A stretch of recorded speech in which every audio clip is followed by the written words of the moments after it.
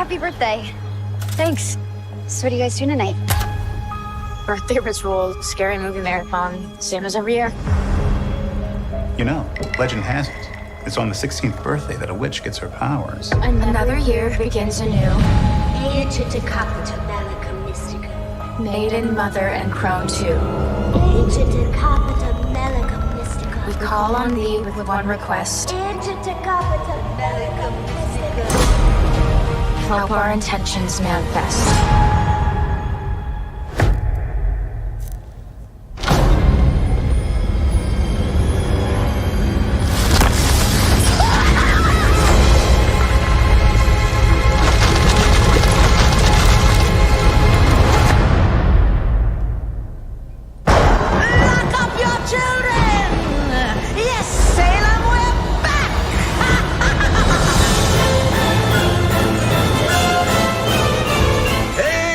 The Sanderson sisters. I bet you're looking for the stage.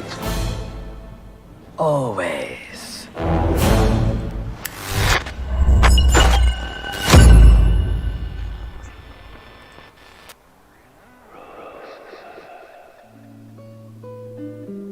Hasta la vista, baby.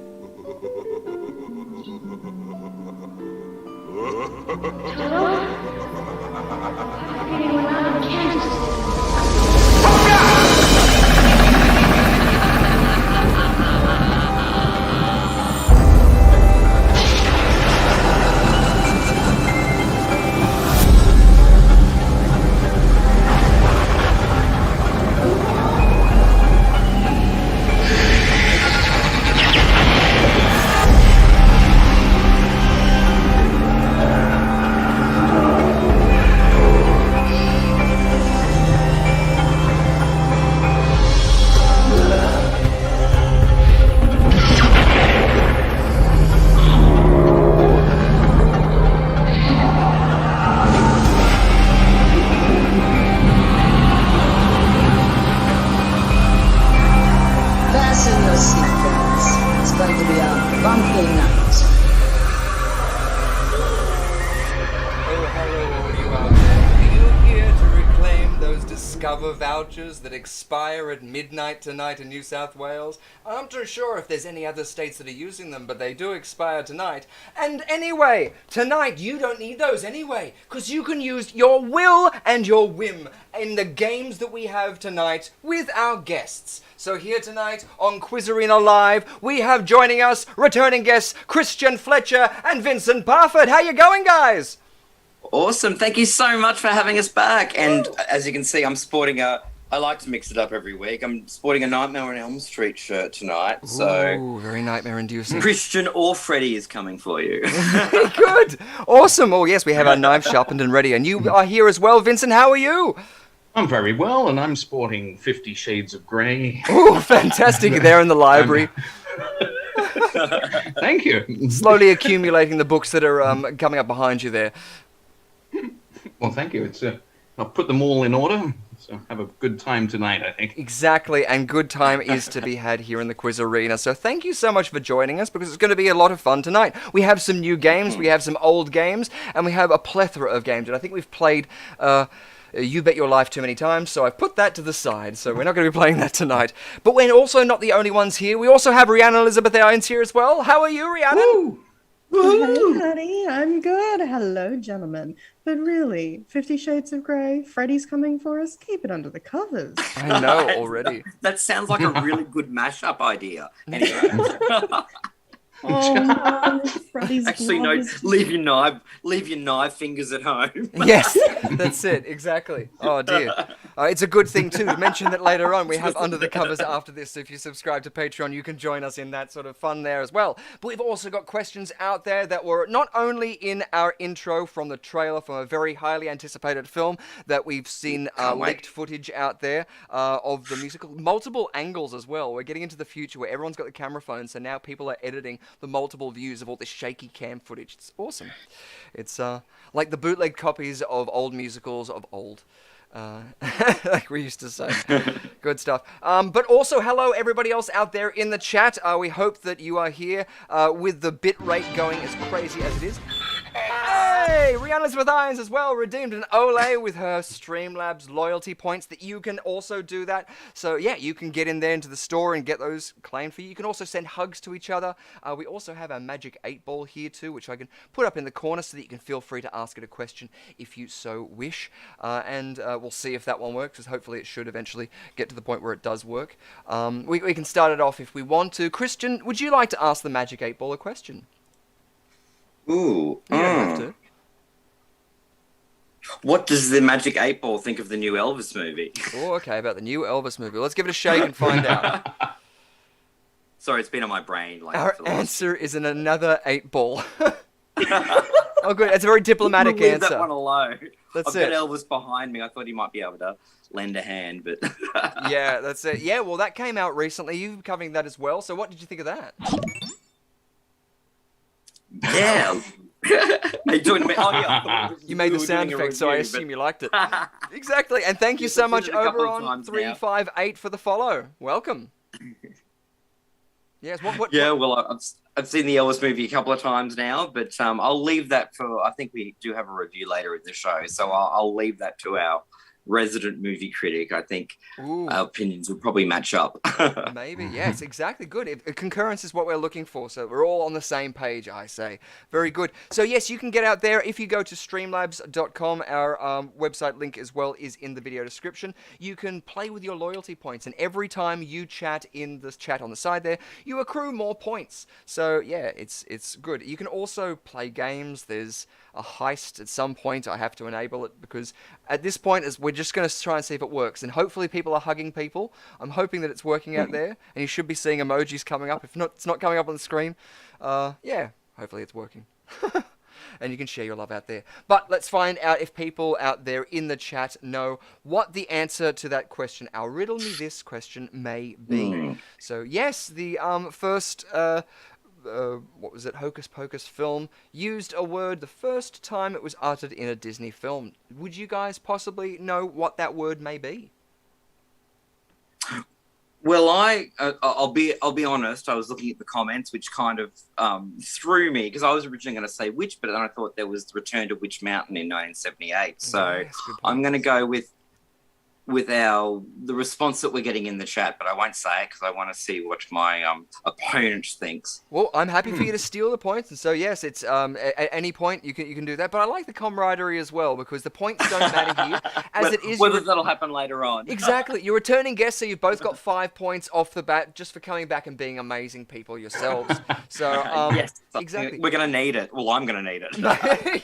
Yes, well, we'll find out, because whoever's ahead, it might completely flip. We might do a flip, and who knows? It could end up all topsy-turvy in the later on games. But what about you, Vincent? Would you maybe know at all? I've turned the comments off because I find that, and not to tell anyone else to do that. Playing very old school. The reason I've I've done it is it's just so very, very.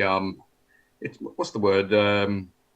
It makes you feel like I've got a little secret moment where I can do my own very clever answers. So now I'm going to be completely by myself and say fiddlesticks. Fiddlesticks. I like it. Beautiful. And there's an ability as well to going against the grain as well. There's nothing against with stealing the points off the chat out there, because for the first 3 rounds, unfortunately, they cannot accrue any points. The points all are for our special guests. But then in our 4th round, our Quiz Arena tournament, you guys at home get to compete in 10 questions that are multiple choice, thanks to Rihanna Elizabeth Irons and her amazing prowess of film knowledge. So we're going to be doing that. But before that, some games first. So good, fiddlesticks. And so he's left you wide open, Christian. You can take that in a very... Yes, I'm going to go with Virgin as the first time it was uttered in a Disney film. Nice, awesome. It's a bold thing for a first time being the first time it was mentioned in Disney. But of course, the corporation would mean it, because there was with the Disney company for a long time. They had Touchstone Pictures. They had multiple different other companies which they could distribute adult content. Well, not adult content. That sounds wrong. Subscribe to Undercovers. But non-family friendly content. Things like Pirates of the Caribbean, for instance, was something that they were able to cross those two over, where you had horrific elements or scary elements in what was a family film. So that's, now they're sort of like all for it. You know, you can do it all. Like, you know, in the incorporation of Marvel, I guess that's where you sort of get to a question of what can you do, what can't you do. But let's find out from Rhiannon Elizabeth Irons, because we do have people out there in the comment who are in concurrence with you, Christian. So Rhiannon Elizabeth Irons, do you know what the answer could be? Of course I know what the answer is. Hocus Pocus is one of those films that I watch every year around Halloween. And yes, the first time the word virgin was uttered in a Disney movie was in Hocus Pocus. In Hocus Pocus. Love it. Points to Christian. Nicely done. So you already through the points. Is that Thanks easy? to our people at home. Exactly, yes. No, it's good helping us out because, of course, they have been instructed to either help or hinder our guests. So they might be trying to throw you off. But it's also something they can save face too in case, like, you know, you think that it's the right answer and then they say, oh, no, it's way off. You know, it's like, oh, yeah, but I was trying to throw them off. So everyone out there, behave. Exactly, yeah. And if you don't, I've got your back. But we'll keep it under the covers. Beautiful stuff. Good. So it's a good time as well then to find out what is happening out there in the world of entertainment, because Rhiannon Elizabeth Irons, I know that you have your finger on the pulse and we want to find out what it is in the world of entertainment. So maybe you might be able to share with us some of your prowess.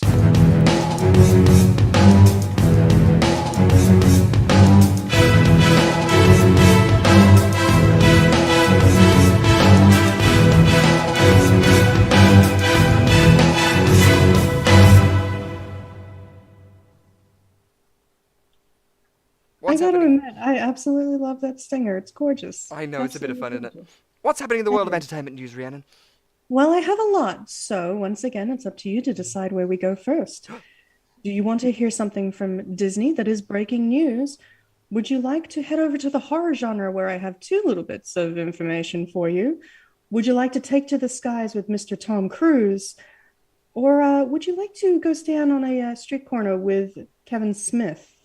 Ooh. Or would you like something very special from one of my dear friends who is about ready to release a brand new film? Ooh, that is very interesting. I would love to do that, but once you said Kevin Smith on a street corner, my mind boggles with the reasons that he could be there.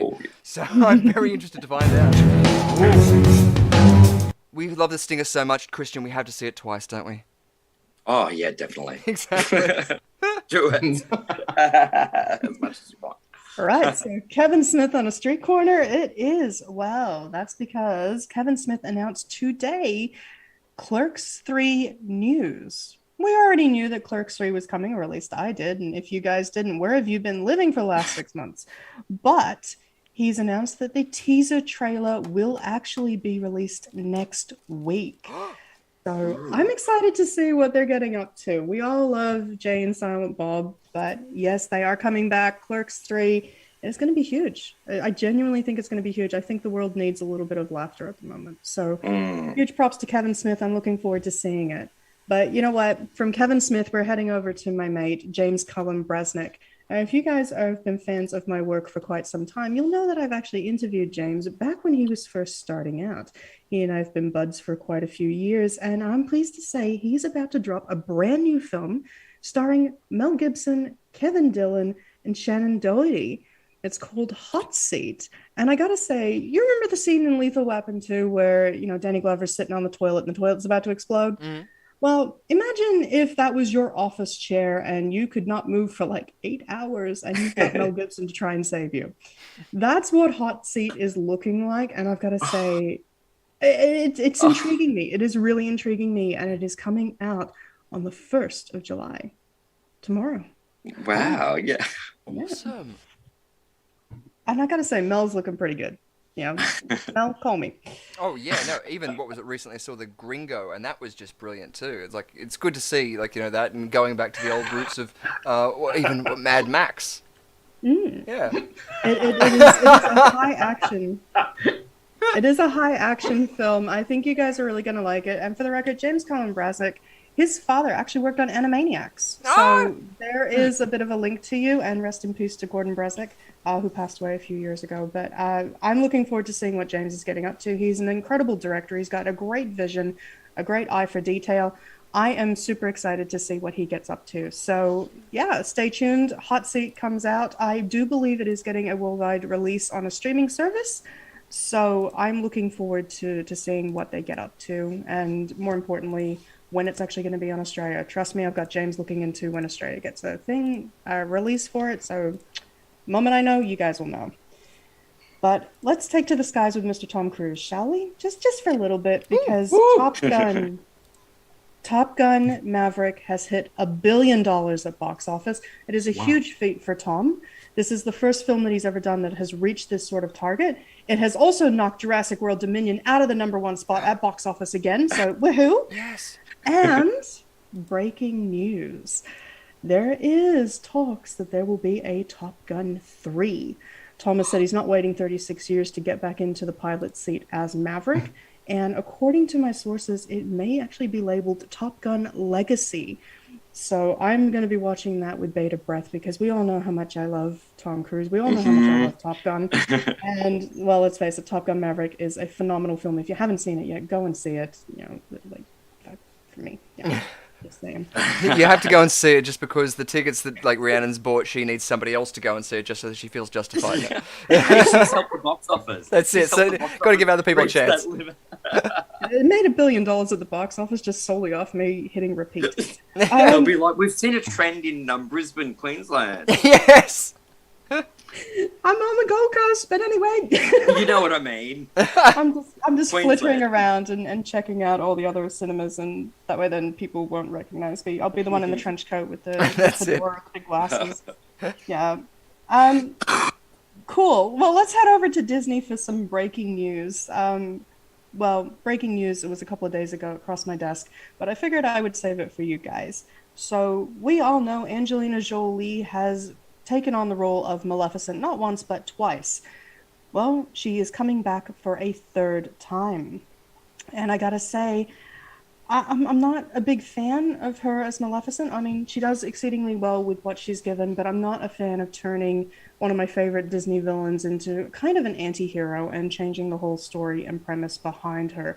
In saying that, I did thoroughly enjoy the first Maleficent. I wasn't a big fan of Mistress of Evil, but I am intrigued to see what they're going to do for a third film. So Maleficent 3 is set for release in 2023, so stay tuned. Breaking news. Ooh. Yeah, there you go. But what sort of entertainment report would it be if I didn't go straight into the horror genre? Because, Richard, my dear, I have a special surprise just for you. Oh, I love it. A special surprise for me. Well, if I had to guess your favorite horror movie, my first guess would usually be Reanimator. Yay! Oh, Well, how you would had you me at feel if I Reanimation. told you there's another Reanimator on the way? Did you say Reanimator? Yeah. Yes. Now, Vinny, have you seen Reanimator? I have not seen it. I This thought. must be amazing. Yes. Oh, as in, it's Amazing. I don't know. Everyone has their own cup of tea, so I'm not going to go out on a limb and say it's amazing. Like, you know, it's not necessarily. Yeah, but of course Yeah, but just exactly like we were saying even off air, the idea of I love films that will grab you rather than just certain aspects like the visuals. Like, that's why I can't get into a lot of the Transformers movies. If there's just too much action, it's like, and then we brought up In Bruges and we were like, oh, the characters and the story behind that. So the character of Herbert West, for me, is such that entire story, because it was only a very small story on H.P. Lovecraft, but I would love to see where that could go. So there's another one possibly coming, Rhiannon, is that right? There is, yes. It is called Herbert West Reanimator. At the moment, though, this is where I'm a little bit concerned about this. It has been in production since 2018. Brad Dourif is actually attached to it, so I love Brad. I'm super excited for Brad. He is a phenomenal actor. He's an Oscar-nominated actor. Oh, wow. And if you haven't seen him in things like One Flew Over the Cuckoo's Nest that he was Oscar-nominated for, or even things like Mississippi Burning, go and check out those films. He does an incredible performance. But this is where I'm a little skeptical, because Jeffrey Combs has not signed on as of yet. I'm watching this very closely. Yeah.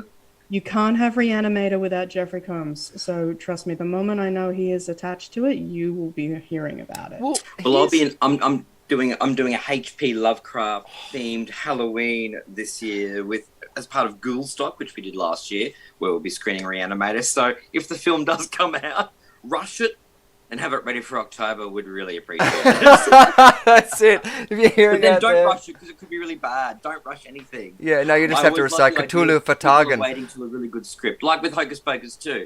Yeah. As people were saying, I'm like, I hope this isn't bad. And as people said, Bette Midler would not say yes to it if it was going to be bad. Yeah. So sometimes you have to wait for the right script to come along. No, well, that's it. There was a discussion with the guy who, he was talking with Quentin Tarantino about characters, and they were like, if you were to do Dracula, and you had an actor who could do that, like, it doesn't matter if it's going to be a good production, if the script is good or bad. If the actor is going to do something with that character, that's the most important part about Dracula. And that's, again, what we were talking about in Bruges. It was those actors being able to take so much from that text and make it more. So I feel like that could also be the possibility, too, that even if you had a bad thing, but you still had the Three Sisters, I mean, it's still, I'm going to watch it purely for that. So it could be schlocky, but even in that sole term, I'm surprised no one has done a prequel where you go before... not like Hannibal, but you go to Herbert West before he goes to university for the first time. So it's just what gets his mind into that idea of, like, you know, his fascination of death or reanimation, or it's very little about the idea. His goals aren't to reanimate physical matter. It's about retaining memory in the brain. So that's usually where you get this horrific element, because you want something so pure and genuine, yet in Frankenstein, like, you know, it comes out as this monster or whatever and destroys so much. So yeah, I think that's really the great dichotomy about these stories that I would be so interested to see, and hopefully we can get Jeffrey Combs on, because even Phil Robinson out there in the chat, he's saying he's one of the legends for Phil Robinson as well, who's also got his fingers on the pulse, saying a lot of things. Whipping around a new Final Destination in August, apparently, Phil Robinson is saying. So that would be I've written that on my notes to have a look at later. Thanks, Phil. I wasn't aware there were, but I thought the more I think about it, it seems perfect fodder in this era of sequels and remakes that we haven't got another one. Like, I find it bizarre we haven't got another Austin Powers movie. You know what I mean? Like, in that sort of era. Yes, yeah. Well, even there was a game going through. That's it. There was a game that came out recently that was called, what was it? We Happy Few, I think it was. And just the stylistic image alone made that game a real big popular thing. The game mechanics apparently weren't up to the standard. I never ended up finishing it, but it was sort of like BioShock, was the impression you got. But it was set in the 60s and that sort of style. And yeah, why aren't there more sort of things like this? I'm surprised there aren't more straight detective stuff in that Flower Power era, because I think that'd be cool too. Like, almost like... Yeah, Sherlock, like a Benedict Cumberbatch doing this sort of stuff in the Flower Power 60s. Well, maybe they just need the stats from Netflix or Stan or whatever and go, okay, what movies are going well? Okay, we'll just do, what content is going well. That's it. For a Stranger while there, Things. we got the Downton Abbey section. Everyone was obsessed with 1800 stuff, and then we went through. Yeah. Oh, that's right. We went through the whole guns, and there's been a lot of different. Even though a lot of times too, it's just whatever is being fed. But no, it's Hollywood surprising too. You were even just mentioning about then the what was it? Idea of lumped in material, and I think Plane Disasters for some reason came to mind. And when we're doing Corona Loco, that's all telly movies. The amount of plane disaster films that are telly movies are astonishing. You just scroll through and all you see is planes falling out of the sky. So it's like, it's obviously something that people like seeing daytime movies. I do love it, a disaster plane movie, but I've noticed now they've run out of ideas where they have to now be in the sky, and they encounter supernatural forces or some vortex they have to pass through. You're like, well, at least there's that wonderful Ernest Borgnine movie. It's called Flight, and it's got a number, and it ends up. It's a plane that's been made of a plane that's crashed. I don't know if anyone's seen it. And it's things like the microwave was, I think it's the microwave, was taken and put into a new plane. And the reflections in the microwave show the people that were dead from the plane before. It's quite a spooky movie. And I'm Googling it right now, actually. Yeah. I'm not cheating. I'm Googling. No. Go for it. Absolutely. Because Flight again, of the Phoenix, 1965. Or was it Flight 4 something? Or that. Yeah, Ernest Borgnine's definitely in that too. This was a 70s movie, I believe. And it's I highly recommend it. It's got the same feeling as Between Two Worlds, if anyone's seen that. It's a wonderful movie. Oh, no, I don't. No, but it's going through some of the things just for studying up what was Corona Loco was. I wanted to see so many films that were in there. There was one like about tarantulas on a plane, and like they break out in a cargo hold or something, and I was just like, oh my god, I need to see this. It's from the 70s, some schlock horror movie. But it was just that's like the best kind. That's like it. Empire of the Ants from 1977 with Joan Collins, like showing everyone, you've got to buy land here. And then there's these killer ants, but it's just all of them, you know, That's that real great. bad green screen where they're like, and they've just zoomed in on That's cool. actual ant size. Yeah, you could do like a really long form sort of story about like termites where it's like everyone buys this land and they build this like village and stuff that is all out of wood because it's cheaper or something, and then slowly the houses start falling down and it's a disaster movie. Oh, that'd be great. I'm trying to work in Godzilla. Actually, have any of you seen It Came from the Desert? Oh, no. No, I haven't. It came That's Sounds got like ants something in I it, should have seen. and it's quite spooky as well. It's wonderful. Ooh. Absolutely wonderful. It's 989. There we go. Hold the press. I've just seen that Phil Robinson says Glenn or Glenda, or Glenn/Glenda, are returning. Oh, from Seed of Chucky. I thought you were saying that they were remaking Glenn or Glenda, and I got really excited. Oh my god, how amazing would that be? How good would that You couldn't be? do it without Ed Wood, though. Well, no, I was just imagining someone like, was it not Ryan Reynolds? Yeah, Ryan Reynolds. Yeah, the free guy. I don't know, for some reason I could see that being, like, played. Or, I don't know, who else? Who else could do that? Oh, you had me at Ryan Reynolds. I'd watch him do anything, which lately has been anything. Yeah, that's it. But I think it'd be right up his alley.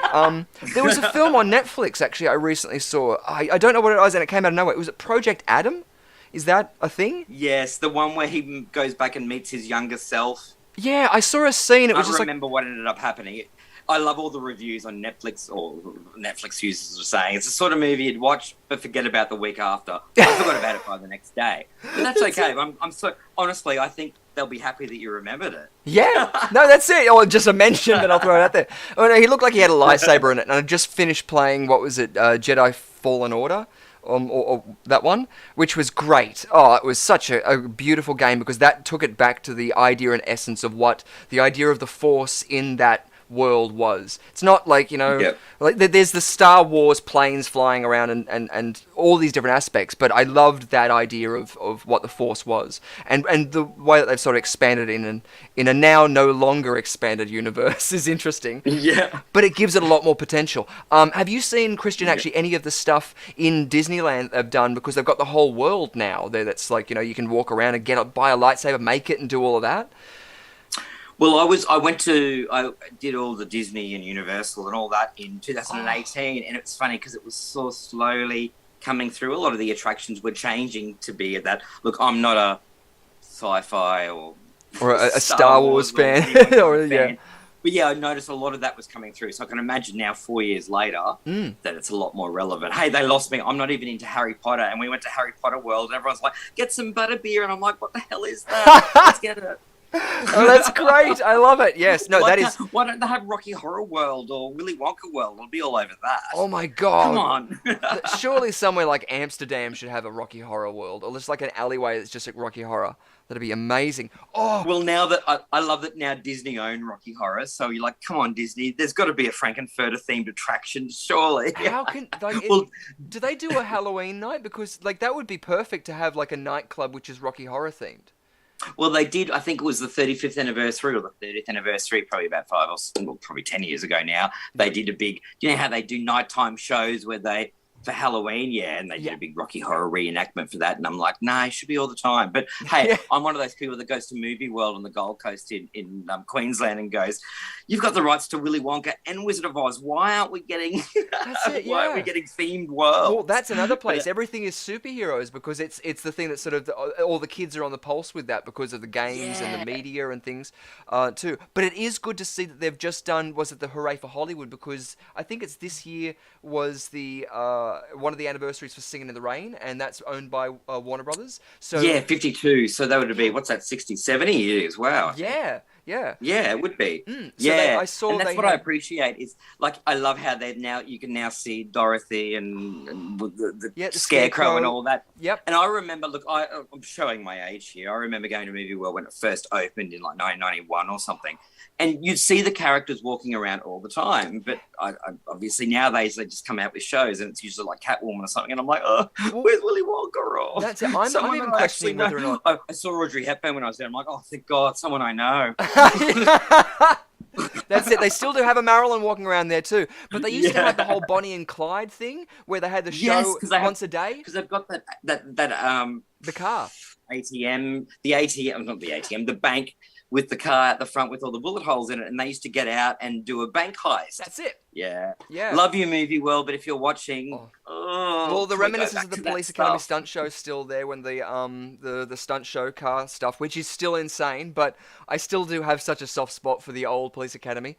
Like, you know, the theme music just playing. Oh, it's so good. Yeah. But no. Well, that's it. I personally love about nostalgia the idea that no matter what age you are, even if you were born like, you know, in the last 10 years, you still have the ability to use Google and find The Wizard of Oz and watch it for the first time. And it'll never be like, you know, you will never be able to do that. You would only be able to do that if you were born before that era. So I do like that, especially in this sort of a show where we can say, if you have someone who's of an older generation, pull them in, because I'll try and do that by either it's something that like I know from an old school thing that I know is very old school, or I'll go, what is a hard thing that someone's not going to know because it's way out of their generations. So yeah.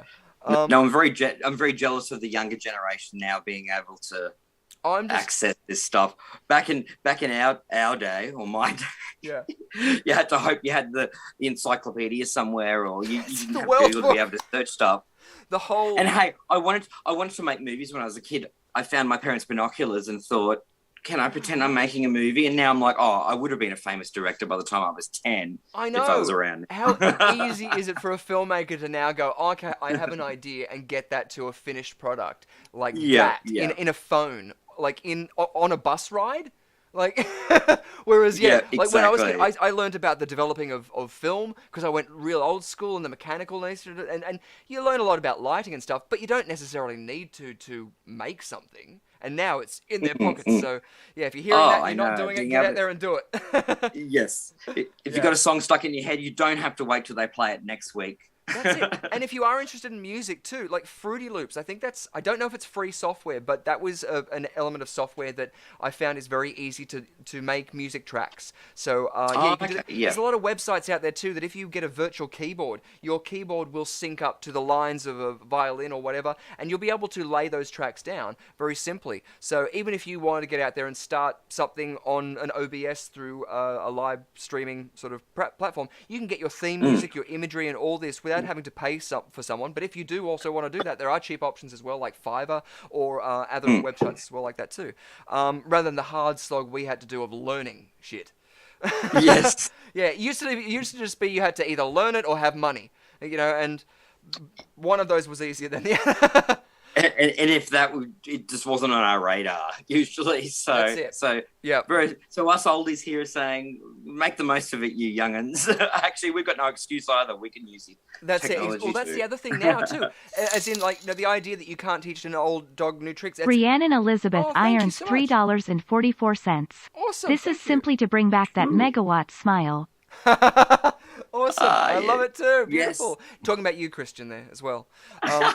But beautiful. So yeah, it's also a good thing to say that we're streaming live out over YouTube, Facebook, Trovo, and Instagram and Twitch as well. So hello to everybody else out there, and thank you for being involved, and welcome on board. Good stuff. And it's great to see that we have so much nostalgia as well that we're already spreading out there. If you do have something you would like to share out in the chat, do share it in there, and we'll try and see if we can mention it as well. But as well, whereabouts are you in the world? What's happening in your local city? And do you guys know something that's happening in the local area? We just recently had the the new Thor film that was released. They had the premiere on the red carpet, and now I think we can finally say that Chloe Ganu was one of the people in that film. She was under an NDA, but now it's released. It's all good. So, yes, we were lucky enough to have her on board, too. And Taika Waititi, who a previous guest as well, Steve McGrath, was in a commercial for. He just recently put up onto his Facebook, too, with Rhys Darby as well. So, a lot of things are already happening in Sydney. What's happening in your neck of the woods? What's happening out there in your worlds? Well, I'm getting ready to start learning a script for a second G.K. Chesterton movie. Fantastic. It's so it's an omnibus of 5 books, and they're grabbing 3 of those books. They were going to turn it into a TV show, and they're now turning it into a feature movie. I play a narrator that basically gets pulled into the story, and it's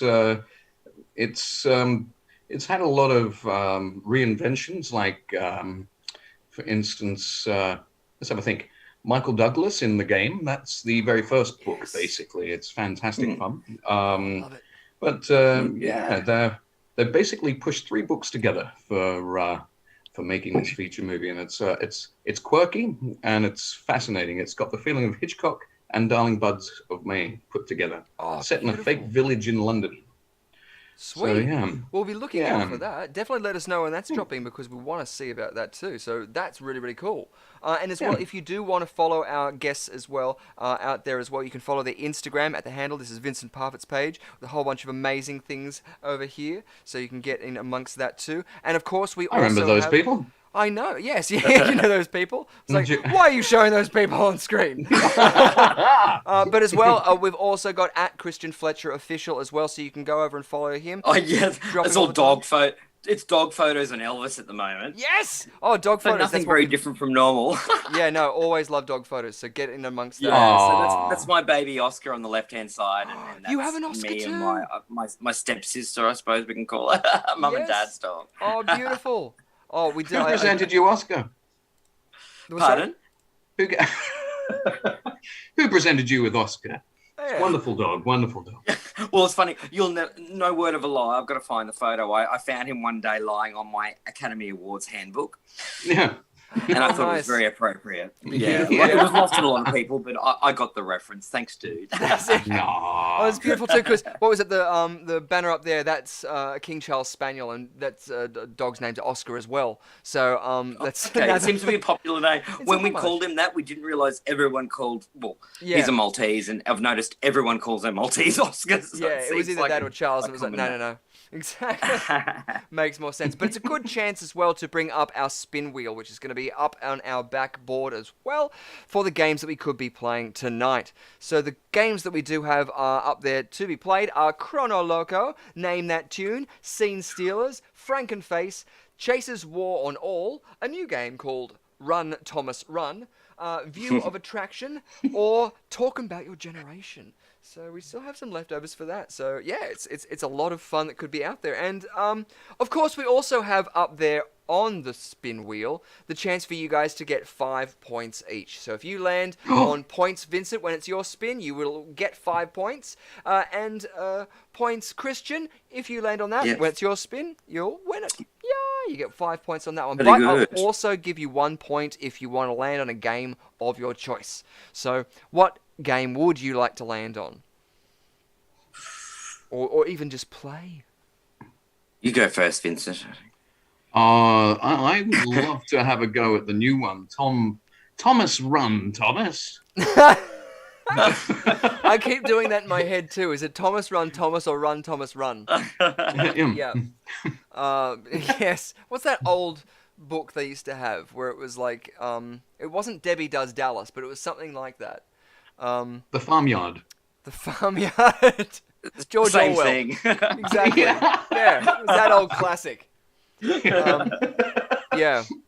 Anyway, it's a good chance as well to bring up that we also have the leveler. We haven't landed on the leveler yet, and it's not going to really help at the moment because our points standing thus are Vincent Parfitt on 5 points and Christian Fletcher on 6 points. So if we leveled that, it would just be going to either 6 or 5. So it's not really that, out there, but, we'll find out how it goes. Beautiful. And without further ado, I guess let's give it a flip. We might as well give it a flip and see what we're going to land on. Hey, asshole, get up off your couch. Get a flip. Anyone can do a flip. Flip every day. Get in shape, dickhead. I love it. It's so good, isn't it? Is that your dickhead? No, it's not my dickhead. It's Tim and Eric Awesome Show. Great jobs, dickhead. It's so much fun. Vincent, now that you're up, let's let you give a flip first. A flip? Would you like it to be heads or tails? I would love it to be heads. You'd love it to be heads. Well, let's give it a flip and find out. Ooh. It is heads. You're going first. Congratulations. Already on that. So this is going to be your spin of the wheel, and we're going to find out. So what game would you like to land on if you had such a choice? You want to land on Run, Thomas, Run. Tom Runnest. Tom Runnest, Thomas Runnest. He does. Thomas, keep running. Run that, Thomas. Run. Yes. That's what I'd like. Beautiful, good. And again, for each round, I'll give you a spin. So which one would you like to land on, Christian? I'm thinking, look, I'm going to go out there and go Frankenface, and not just because I'm a Rocky Horror fan, but I think I'm feeling positive about that. So. I like it. It's good. Good. It's good to feel positive. Yes, I want to do that. Yes. Well, we've had it up there a while, and I think it was like our second game that we ever played. So hopefully we will get to that one, and that'll be a bit of fun. So without further ado, let's give this wheel a spin. Hoy!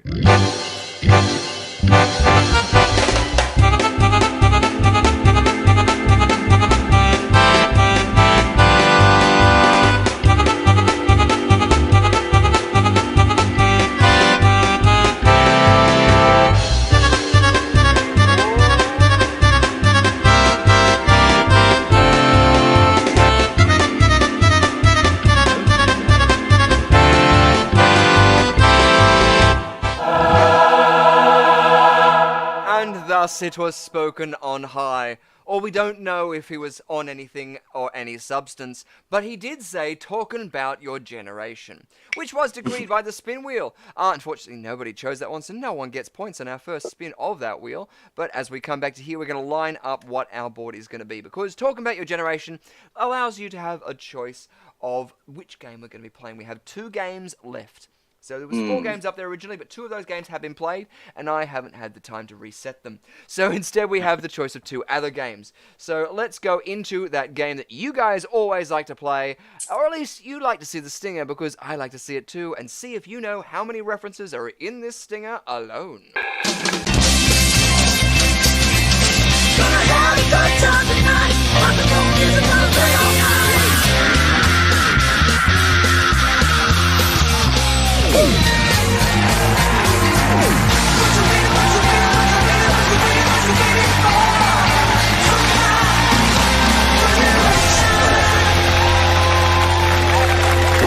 So, our fantastic choices of Aussie music, Aussie music, Aussie music, or Fozzie music. Unfortunately, you can't choose Aussie music or Fozzie music because they have been chosen.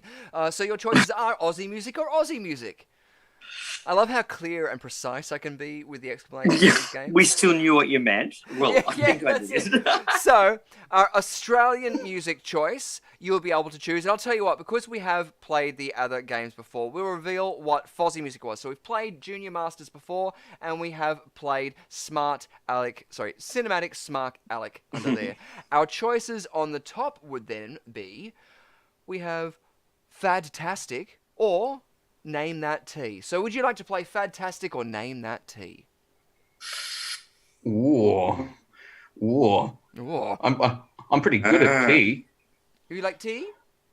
Why not? No, not indeed. Well, let's find out what we're going to be doing, because what we have to do in this game is we have to find out what the tea is explaining. So there's going to be an image on a t-shirt, and all you have to do is tell us the reference for a point.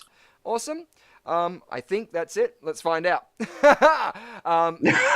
Before I do that, in fact, I'm going to come back to here so I can load it on our background. So it's going to be a lot easier for us to see it as we're playing along too. So, yes. Have you seen the TV show Talking About Your Generation at all? No. No. Awesome. Well, this is going to be a fun time for you. I have. You have? Awesome. Good. Well, I'm going to give, again, Christian, you get a point just for seeing the show. There we go. I need it. I mean, yes. Exactly. Sorry, Yes, Vincent. I've seen. Yes, I have seen. You said you've seen it. There you go. Exactly. Awesome. Well, let's see if you have seen this reference. So, what is this referring to? I'll bring it up so that you guys can see it on the big screen. What is this image? Get into the chats out there, because you might know what it's referring to. It might be a TV show, might be a movie, might be something else. But I definitely know that somebody out there would probably know what this could be. Or Phil Robertson could be helping. So, feel free to steal those points. Well, I believe it's obviously Rent-A-Kill. Rent-A-Kill? Yeah, absolutely. Getting rid of those. No, it's not Chopping Mall either, unfortunately. It's I think it's to me it's Doctor Who and the Daleks, obviously. Yes. But well, 2 points. Correct. Oh. Yes. Doctor Who, and that is a Dalek saying exterminate. Very well done, see? So that's how it's played. Exactly. Like how you used to do the old ukulele thing. I reckon that'd be good at playing the kazoo too. Yes, yeah. It's the same note, but doesn't matter. That'd be it's a great. kazoo. I want to see a whole chorus of them do the Doctor Who theme. That'd be great. Oh, awesome. Google it. Someone's probably done it. Yes, yeah. or those ducks that when you squeeze them, they go, and they make their terrible noise. Yeah, they make like orchestras of that. It's like the old designs they used to have for the cat pianos. Did you ever see those? Cat piano. Yeah. Not those really tiny ones. Didn't know they were cat pianos. I thought they were just for kids because they got little fingers. Wouldn't say the whole time they've been cat pianos. No, it was literally it's a design like this old drawing of it's terrible. Big mallets over little boxes where you would have cats. And you would hit different notes, and they would hit the cat. I think it was hitting the cat's tails or something like this, and they would scream. And you would, yeah. Meow, meow. Exactly, yeah. I think that was a thing from Cannibal Holocaust. I think you got it wrong. I don't know. Okay, I'll take a point myself. Take a point off myself. Therefore, you both get another. Not what I was thinking. I reckon. Someone having a tiny piano when I'd go over, and I often thought maybe cats were using it this whole time. Oh, I'll have to look. Note to self, I'm looking this up afterwards. Yeah, that's it. It's like the videos of Grumpy Cat, like the cat that's playing the piano, which was shot in at the point that video was uploaded to YouTube, that cat I think had passed away by 5 years at least. Because it was shot on an old VHS sort of camera or camcorder, and then they uploaded it when the whole new trend came up in the late 2000s. So yeah, it's interesting to mind-boggling to think in that sort of way, isn't it? To go, whoa, that's how important some of these records that we're doing, and the idea of going, well, it doesn't matter what you're making, like we were saying before, make a film. As long as you're making something, someone could see it. Someone could see The Room and go, okay, I like aspects, and then make the next Citizen Kane based on an idea they saw with watching something like The Room or something that objectively might be considered not the best film, or but could you imagine in the terms of this cat's died, and I think Grumpy Cat's even passed away in the last couple of years, and I'm sorry to lump Elvis in with that as well, but it's all these celebrities that become famous after they're dead. I'm like, sorry, I want to lap it up while I'm alive, but yeah, no, that's it. I suppose there are state benefits from it. That's it. Don't be an artist, be a lawyer, I guess. The idea. Or work with accounts. Or be a doctor, which ties us back into the game, which is a beautiful segue. Great stuff. Awesome. Well, without further ado, let's go into our next one, because people out there already got that first one. What is our next one? What are the references you may know at home, if you can name that tea? It's your turn, Sir Christian. I know. Sorry. What am I going to... Oh, yeah. So we're going to go... We're going with a TV show. We're going to go Simpsons for this one. Nice.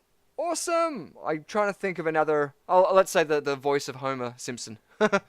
Yeah.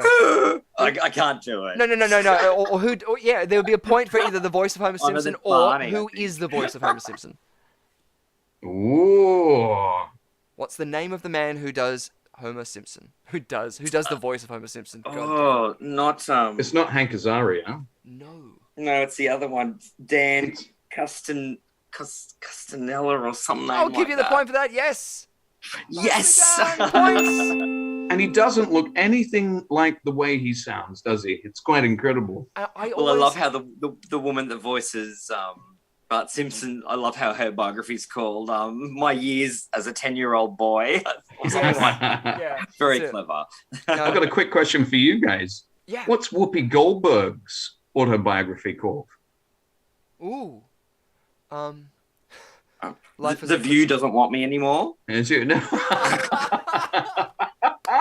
It's one of the reasons why. Yeah, it's one of the reasons she's called Whoopi. Not making Whoopi. I'm not a cushion. No, it's not. That's all I think of when you say Whoopi. Making Whoopi. That would be great. Yeah, the song. So it's to do with the cushion, if you will, the Whoopi cushion. So, but it's not called I'm Not a Cushion. Her autobiography. I'm a person not a... Pull My Finger. Oh, that's great. Thanks. Beautiful. You got a point because we didn't get that. So pull my finger. That's awesome. Pull my finger. Also, too, if you get a chance to see the, I don't know if they were telethons they used to do, but Billy Crystal, Whoopi Goldberg, and Robin Williams doing like just improvisation in front of massive crowds. That'd be amazing. It's so good because I love seeing when amazing performers are genuinely laughing at something either that they're doing or somebody else is doing. So to see both of their faces just watching Robin Williams go off is such a joy. And I love when other comedians crack up other comedians. Yes. Too. Like I love that. You know, because you also don't know what their background is, whether they're friends or. Exactly. But yeah, no, I love that camaraderie because I was only saying to someone today, comedy, unfortunately, nowadays is dying. When I say dying, I mean it's hard to be a stand-up comedian. Yeah. Nowadays, so it's good being able to see. I suppose probably very controversial, but back then when you could sort of say a lot more, so you can kind of sit back. Look, I always put comedians down as one of the most scariest jobs ever because I don't like offending people. Yeah. So I can imagine what they go through every show. That's it. Like even the Kaufman stuff. I did a big study of Andy Kaufman's method. I love. Yeah. And it's so good, but it would be so hard to uphold it because there was one shot I saw. It was after one of his live gigs where he brings his parents, his family up onto the stage. It was one of those ones, and the cookies one. He took them out for cookies. But it was in the dressing room, and he was like, "People are saying that they don't like it, but they know what I do. I don't understand." And then he didn't know the camera was rolling, and then he's like, "Can I do this interview?" And I said, "Oh, yes." And he goes into sort of the persona, and you go, "Oh, well, it was great to just see a genuine, like, same as Peter Sellers, to see a genuine moment of that mind." And what they're concerned about, it was amazing. So, yeah. Well, I remember, I think they even touched on it in the Man on the Moon film, but I loved how he brought them all in once. He said, I'm going to read the entire Hamlet. And then proceeds to read the entire Hamlet. Yet there's still people sitting at the end because they're waiting to go, he might do something else. He hated being referred to as a comedian, which is very true because he wasn't a comedian. He was probably, I think he was a genius, to be honest. There's a lot more to it than it's a showman. I think that's a lot of the his term. other persona, the gross persona that he had. I can't remember his name. But something not casino, but something Tony Casino, like that. That's right. Yes, that's Is right. it Johnny Casino? No, Tony. It's not Casino. It's Tony Clifton. Tony Clifton. Okay, yes, you get the points. I'll give you a point to both of you. Even when they made that Man on the Moon film, which is funny because I appreciate that film now, but when it came out, I remember I think it was lost on Australian audiences because we didn't really sort of have him sort of as a pop culture icon. But yeah, just watching that and just seeing how even on set Jim Carrey would pretend that he was both. And even Andy Kaufman himself still denied that they were the same person. That's it. Yeah. But then Andy's not in tonight. I'm going to do you a bit instead. And literally, the people on this, I think they were. What's that show? Taxi. Yep. With Carol Kane and and apparently they're like, oh, sorry, Andy won't be in tonight, but Tony's here. Yeah, so good. But then I admire that dedication. Exactly, but then there's still Tony acts that happen, and like you don't know. It was maybe sometimes the manager, sometimes somebody else, but you're like, you don't break that illusion. More for the idea of, even though he's a complete asshole, and you would be embarrassed when working with him, like just because that's his character, but you want to uphold it because. Can you imagine the disappointment that you would see on his face if you tore everything up? I mean, that would just be soul crushing for everybody. That'd be awful. Anyway. Yeah. It's a good segue to go into our next tea. So let's see if you can name that tea. What's the reference? Don't laugh, Rhiannon. It's Ghostbusters. This ain't Ghostbusters, but points to Vinny. Yeah. Yes. And it's a wonderful version. It's Mr. Venkman. It is. Peter Venkman, played by Bill Murray. Bill Murray. Points. Yay. Correct. Nicely done. Awesome. Very, very well done. I know they're relatively easy. They're really easy. Yeah. We've even got the game. Do we have the game tonight? The Venkman game? No.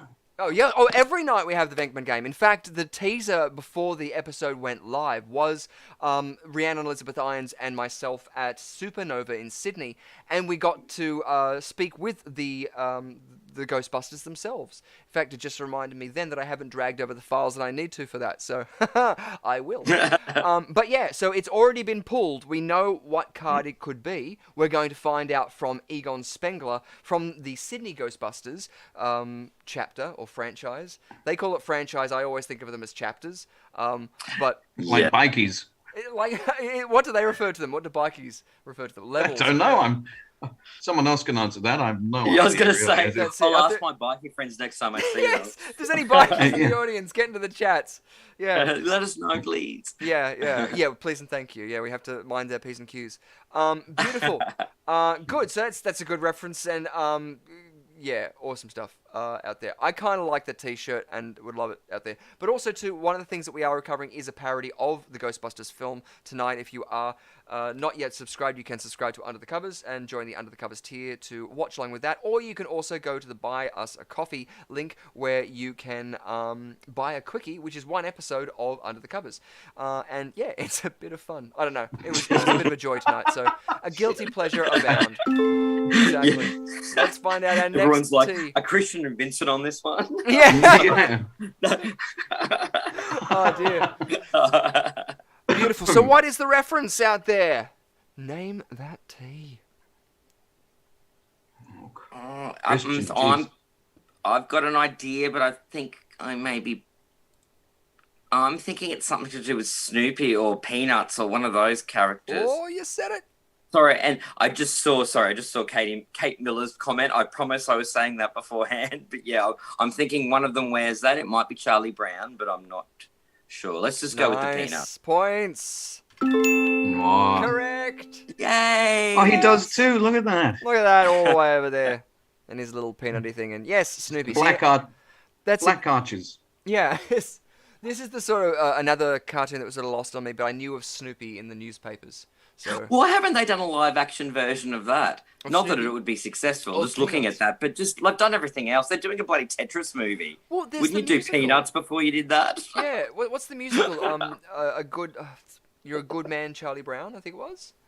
Yeah, it was a musical. I don't know if they turned that. They might have turned that into a movie. Yeah, it just feels like that might be a good avenue to be able to do something with it. Yeah, especially kind of like they're doing Wicked, which is kind of like another way of them going. We kind of want to remake The Wizard of Oz, but not. But yeah, I know it's not the same thing, but you know what I mean. That's it. We want to tap into that world without offending anyone too much. Oz the Great and Powerful, as much as a film as that was, the porcelain doll girl in that, I loved that whole thing, everything about that, just the porcelain doll character, which was from the stories originally, but then also I looked into the visual artistry of it, and the way that they worked with that was just brilliant too. So the mechanics of the porcelain had to work in a different way. Interceding objects, which is something that you usually got to work with puppetry, which would mean that like you can't see two layers going in between each other, otherwise your uncanny valley will go crazy and stuff. But and then reflections up the wazoo. So yeah, it's a really great behind-the-scenes documentary if you can get a chance of seeing that. The Oz Great and Powerful visual. I was just really the part that probably threw me the most about that film was the use of green screen was just too much. Yes. Or CGI. I know that is used a lot and to create the. But there's something I know we were talking about Willy Wonka earlier and the remake. I don't know if we were alive at the time, but that's something I appreciated about the first Willy Wonka is they were in a factory. There was windows. Yeah. You know, you were in a factory, whereas the new one, to me, it just didn't have any. You couldn't grab onto something.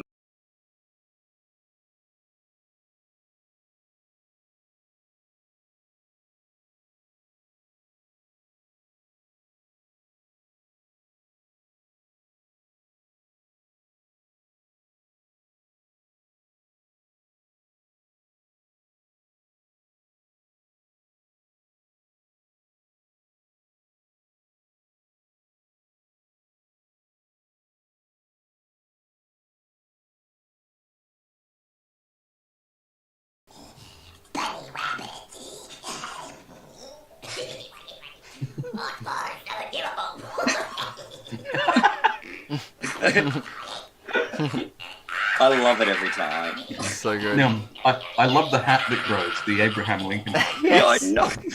That's detail. Yeah. Okay, hold on. Stream is still... Okay, I'm considering possibly... Oh, why is it not working? Still getting the ring of death. Yeah. I suppose you don't want to... Okay, I'm back on now on my phone. Oh, yes, it's working now. Yay! Mine too, yeah. And Yay! we're back! Woo! Oh, good stuff. Awesome. Beautiful. We are back, ladies and gentlemen. So sorry about that. My internet decided to completely disconnect itself, and I have no idea why.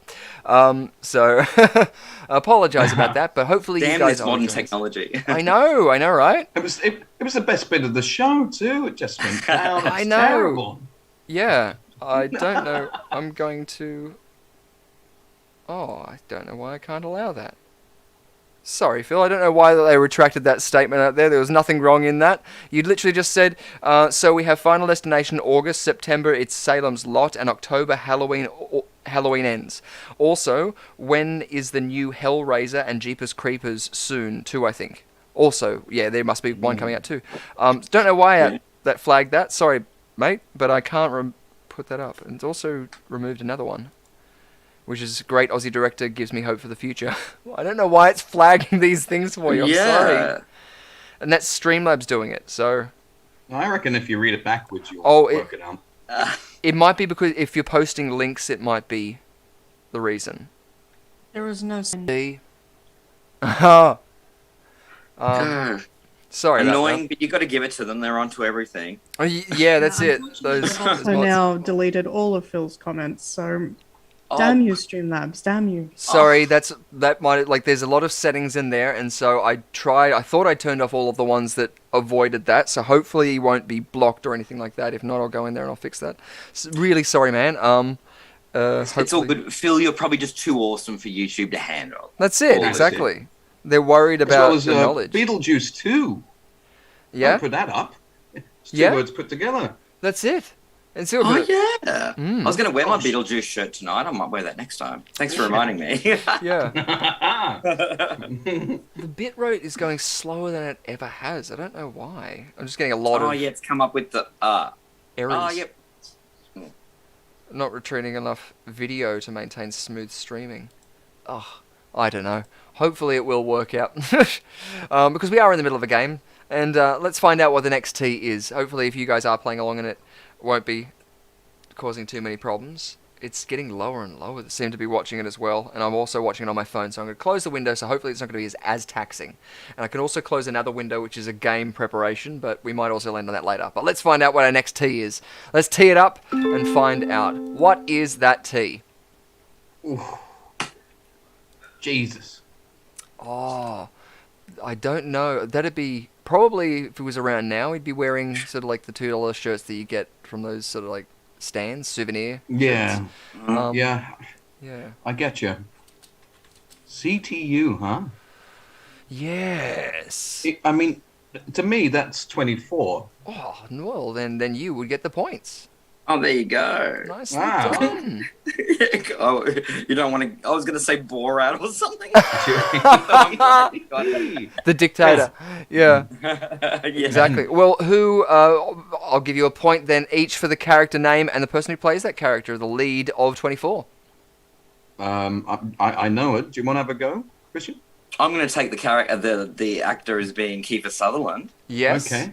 But I don't know the character name, so Vincent, you might have to get the other half. Oh, beautiful. Yeah, I might. Oh, no. No. I should know it. It's Jack Bauer. Yay! Nicely done. Yeah. Well done. Points! Just like that. You got it. You got it. Exactly.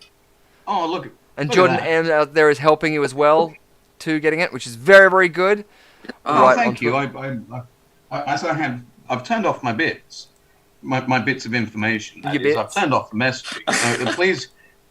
Please, I would like to apologize that I'm unable to interact with you guys currently at the moment, but I reckon you're doing a fantastic job. And I thought that was Gizmo there. Can you do that again, please, Rhiannon? Look, can we put you up on the screen? I don't know how to do this. Perhaps wiggle about. The Gizmo, There we go. yes. Rhiannon, but bring him down just a little bit further down. and it looked like Gizmo with a wig. It's quite spooky. What's at the moment? Yeah, he's missing an eye. It's very terrifying. It's great. I'm creating new nightmares. Yeah, Gremlins 3 is not looking good. Yeah, that's it. Just don't feed him after midnight. That's the thing.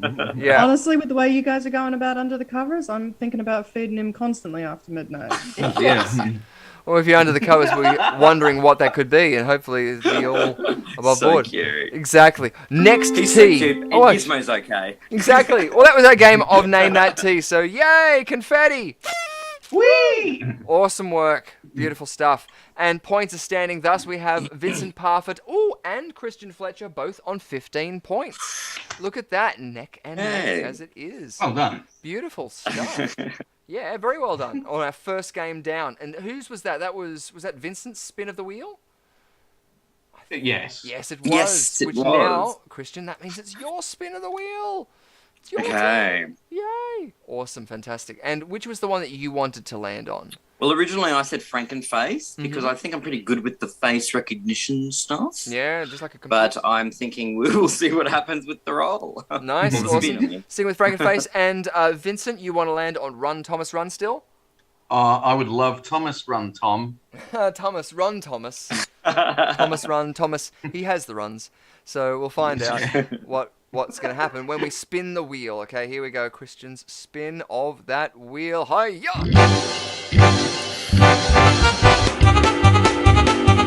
don't know what instrument that is. But...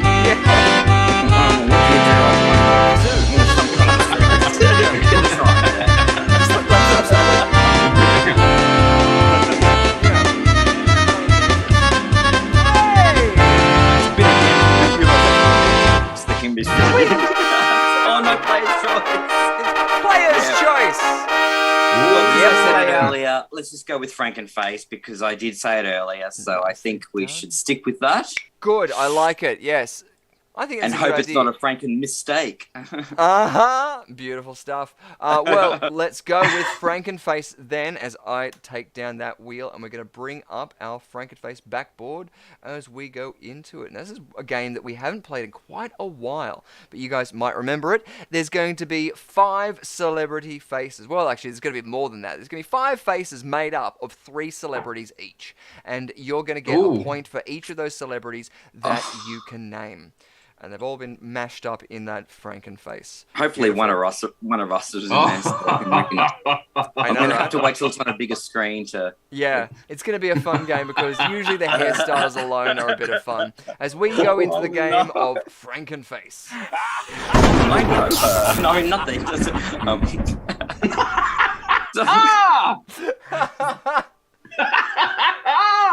Okay. Vinny, Is it from The Land Before Time?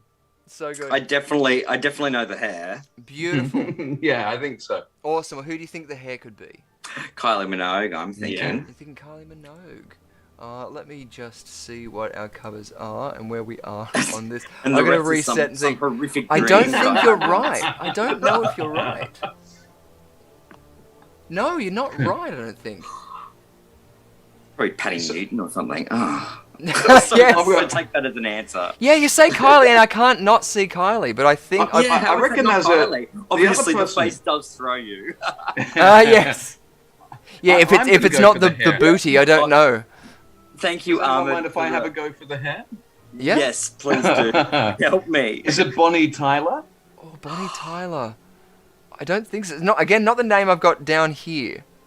Well, someone's written thank you, Ahmed, who's watching, wrote Steven Tyler, and I thought maybe he's thinking Bonnie, but we wrote Steven, but I'm thinking for the eyes, I'm getting, well, someone's saying Irwin, I'm getting Miley Cyrus vibes even from the eyes. So awesome. So we've got the hair, we've got the eyes, and we've got the mouth. So which would you be saying? So you've thrown out Steve Irwin and Steven Tyler. Which one would you be maybe saying are those? Let's go. The mouth. Steven Tyler's eyes. So the area around Steven Tyler's eyes would not be as fresh. How do I say? So they're not Steven Tyler's eyes, which means that maybe the mouth might be. Yeah, let's go the mouth, Steven Tyler. Steven Tyler, correct. Points. I do like the idea. Someone said Stevie Nicks, but I don't think Stevie Nicks' eyes have ever been open that wide. I love Stevie. That's not a criticism. I'm just saying. Oh, there we go. We got the mouth.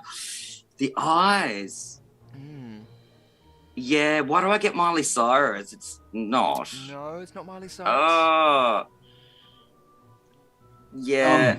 Yeah, I might pass that. Can I pass the eyes over to Vincent? I don't know how that works points wise. The name has been mentioned, and it is out there in the chat. Oh, the name has been mentioned, so I might just go. It's going to be one of the Irwins. Yes. Let's just do it. It's. Oh, is it Bob or Bindi? Bindi. Let's just. Oh, you're going to say Bob or Bindi? It's not Bob or Bindi Irwin, unfortunately. Steve, correct! Points! Yes. Really? Eyes, yes. And so the hair. It's the wrinkles. It's Show the me wrinkles, original isn't photo. it? Yeah. I don't... Well, his smile was so profound because, again, when you're looking at a genuine smile, it's in the wrinkles around the eyes, and a smile doesn't come from the mouth, it comes from the eyes. And so his smile was always genuine. He was genuinely excited about what he was talking about, and that's why people attached to him. Like Big That's Kev. Steve doing his best monkey impersonation, by the way, for those who are wondering about that photo. Points, Vinny, Okay, because we're you going to get mentioned the Big hair. Kev. Total eclipse of the crocodile. I don't know. Well, remember, Rhiannon Elizabeth Lyons as well is here too, so she might also be able to help as well with any suggestions that you might. So it must be what? Sorry, I'm looking at comments. Bonnie Tyler was discounted, so it must be Steve. Margaret Thatcher. Say Margaret Thatcher. No, it's not Margaret Thatcher. I think it's Stevie Nicks after she's gone to Australia. It's not Stevie Nicks, not in the name that I've got down here. I'm going to say that's. I'm going to see if it's out there in the chat. Oh, Samantha Fox. Gotta love a Samantha Fox reference. Oh, Samantha Fox. Yeah. No. It's there is such one, a Samantha There is Fox one moment. name down here. It's not a first name or a last name. It's just one name. And it's a Cher. singer, I think. No.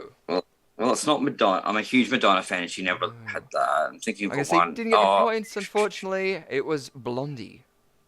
Oh, I'm a huge Blondie fan as well. Show me the. Is that's right? Unless there's another name that she's known by. That's the name I've got written down here. The real name. The real Deborah name. Harry. Sorry? Deborah Harry. No, that is Stevie Nicks in that photo. Oh, is it Stevie Nicks? That Yeah, is you're right. Phoenix Star, yeah. There you go. You get the points. There you go. Yeah. Sorry, I'm not criticizing you. Obviously, No. Please feel free. A lot of the times I'll just quickly whack these in and they're placeholders half the time. So, yes. Thank you, Phil, for making a Samantha Fox reference. You get double points. You get double points as we go into our next one. Can we go back to that face one more time? You want to have a look at that face one more time? Just want to look at that face one more time. Okay, there you go. Okay, what do you reckon the expression would be? Oh, okay, yeah, what are they reacting to? Oh, yeah, absolutely. They just saw This Ain't Ghostbusters. No, I'm literally like, hey, I'm Miley Cyrus and I'm doing a Stevie Nicks tribute show, and look at me. Yeah. That's all I get. I reckon it's constipated. You constipated, it could very well be. Or she could just be like, oh my God, I got Steven Tyler's lips. Oh, dear. I like the constipated. Sorry, I just wanted to think about that for a bit. Beautiful, awesome. Well, our next Franken face. Yeah. See, this is the pure reason why I like doing this, just to hear the reactions from the faces. Thing is, I thought it was Daniel Johns, like as in, I'm not thinking of a Yes, yes. Sorry, that's all I got. Sonic the Hedgehog. Right, let's have a look at that. So the hair, I think, is Val Kilmer's hair. Val Kilmer? No. Again, not the name I've got down I'm here. getting we can't go off my necessary right thing. I'm going off. I'm thinking River Phoenix, but that's a bit. Oh, yeah. Oh, nice. The hair, I mean. Yes. Yeah. Sorry that his mouth doesn't line up with his nose, but don't tell him. I know, right? Yeah. Or maybe it might be like a boxer or something like that. They've hit too many times, their nose and eyes are on the wrong side of their face. Look, I'm getting real Sean Connery vibes from the chin, but I'm also getting Josh Brolin vibes. But I'm thinking, Oh, yeah. I'm thinking Sean Connery for the Might be a bit earlier. chin. I'm thinking the eyes myself at the moment. I think it's Vin Diesel. Nicely done. You get Oh, the points. yes. Nice. Points. Well done. There you go. I remember. What I got about that little sound effect the back in slightly off-center nose? Who's that? Oh. there. Yeah. It's not the same nose. It's kind of The it's kind boxing. of Freddie Mercury, but with like a wrinkly chin. It's a very strong jaw, and I don't know if there's enough teeth necessarily behind that moustache to be a Freddie Mercury. But the boxing reference might be a help for the top one. Oh, it's Dolph Lundgren. Yes! Oh, wow. Points! And Well, now- I'm going to lock in. I may be wrong. Oh, it probably is wrong. I thought I knew Sean Connery's face inside out, but it's not Sean Connery. I feel like locking in Sean Connery for the. I want to say he's another one of those sort of like, when they had the Manly Men's. No, not Burt Reynolds. But Sorry, I similar hit ilk. Manly Man and Epic. Actually, Burt Reynolds' moustache was never that weak. If there's any other references Who's the guy we from- might want to drop in there too, if they might know. What's the chat saying? Oh, they're saying this is hard. And normally the chat's our go-to. I'm starting to think it might be. I've got two answers for the bottom half. The first one is the guy from The Evil Dead. No, it's not. Bruce Campbell. Yeah. Or 'Cause I'm assuming. Yeah, sorry. Oh, that's okay. Or the other. I've got another guess, if that's okay, just because I want to be rude. But I think that it might be the man, and I don't know his name, and he's from the. You killed my father. What's his name? Inigo Montoya, Marty or Mandy Patinkin. Patinkin. So not Mandy Patinkin, but the actual prince from Princess Bride. Carrie or Chris Sarandon. Ooh. It's none of those. I'm being thrown by the shoulders because obviously the shoulders is part of Yeah, it. yeah. I dare say. I'm taking that into consideration as well. Yeah. Obviously, someone who's posed shirtless or wearing a boob shoot. I'd like to say probably known for the moustache as well. Known for that, like a moustache. Like Tom Selleck. Like Tom Selleck, yes.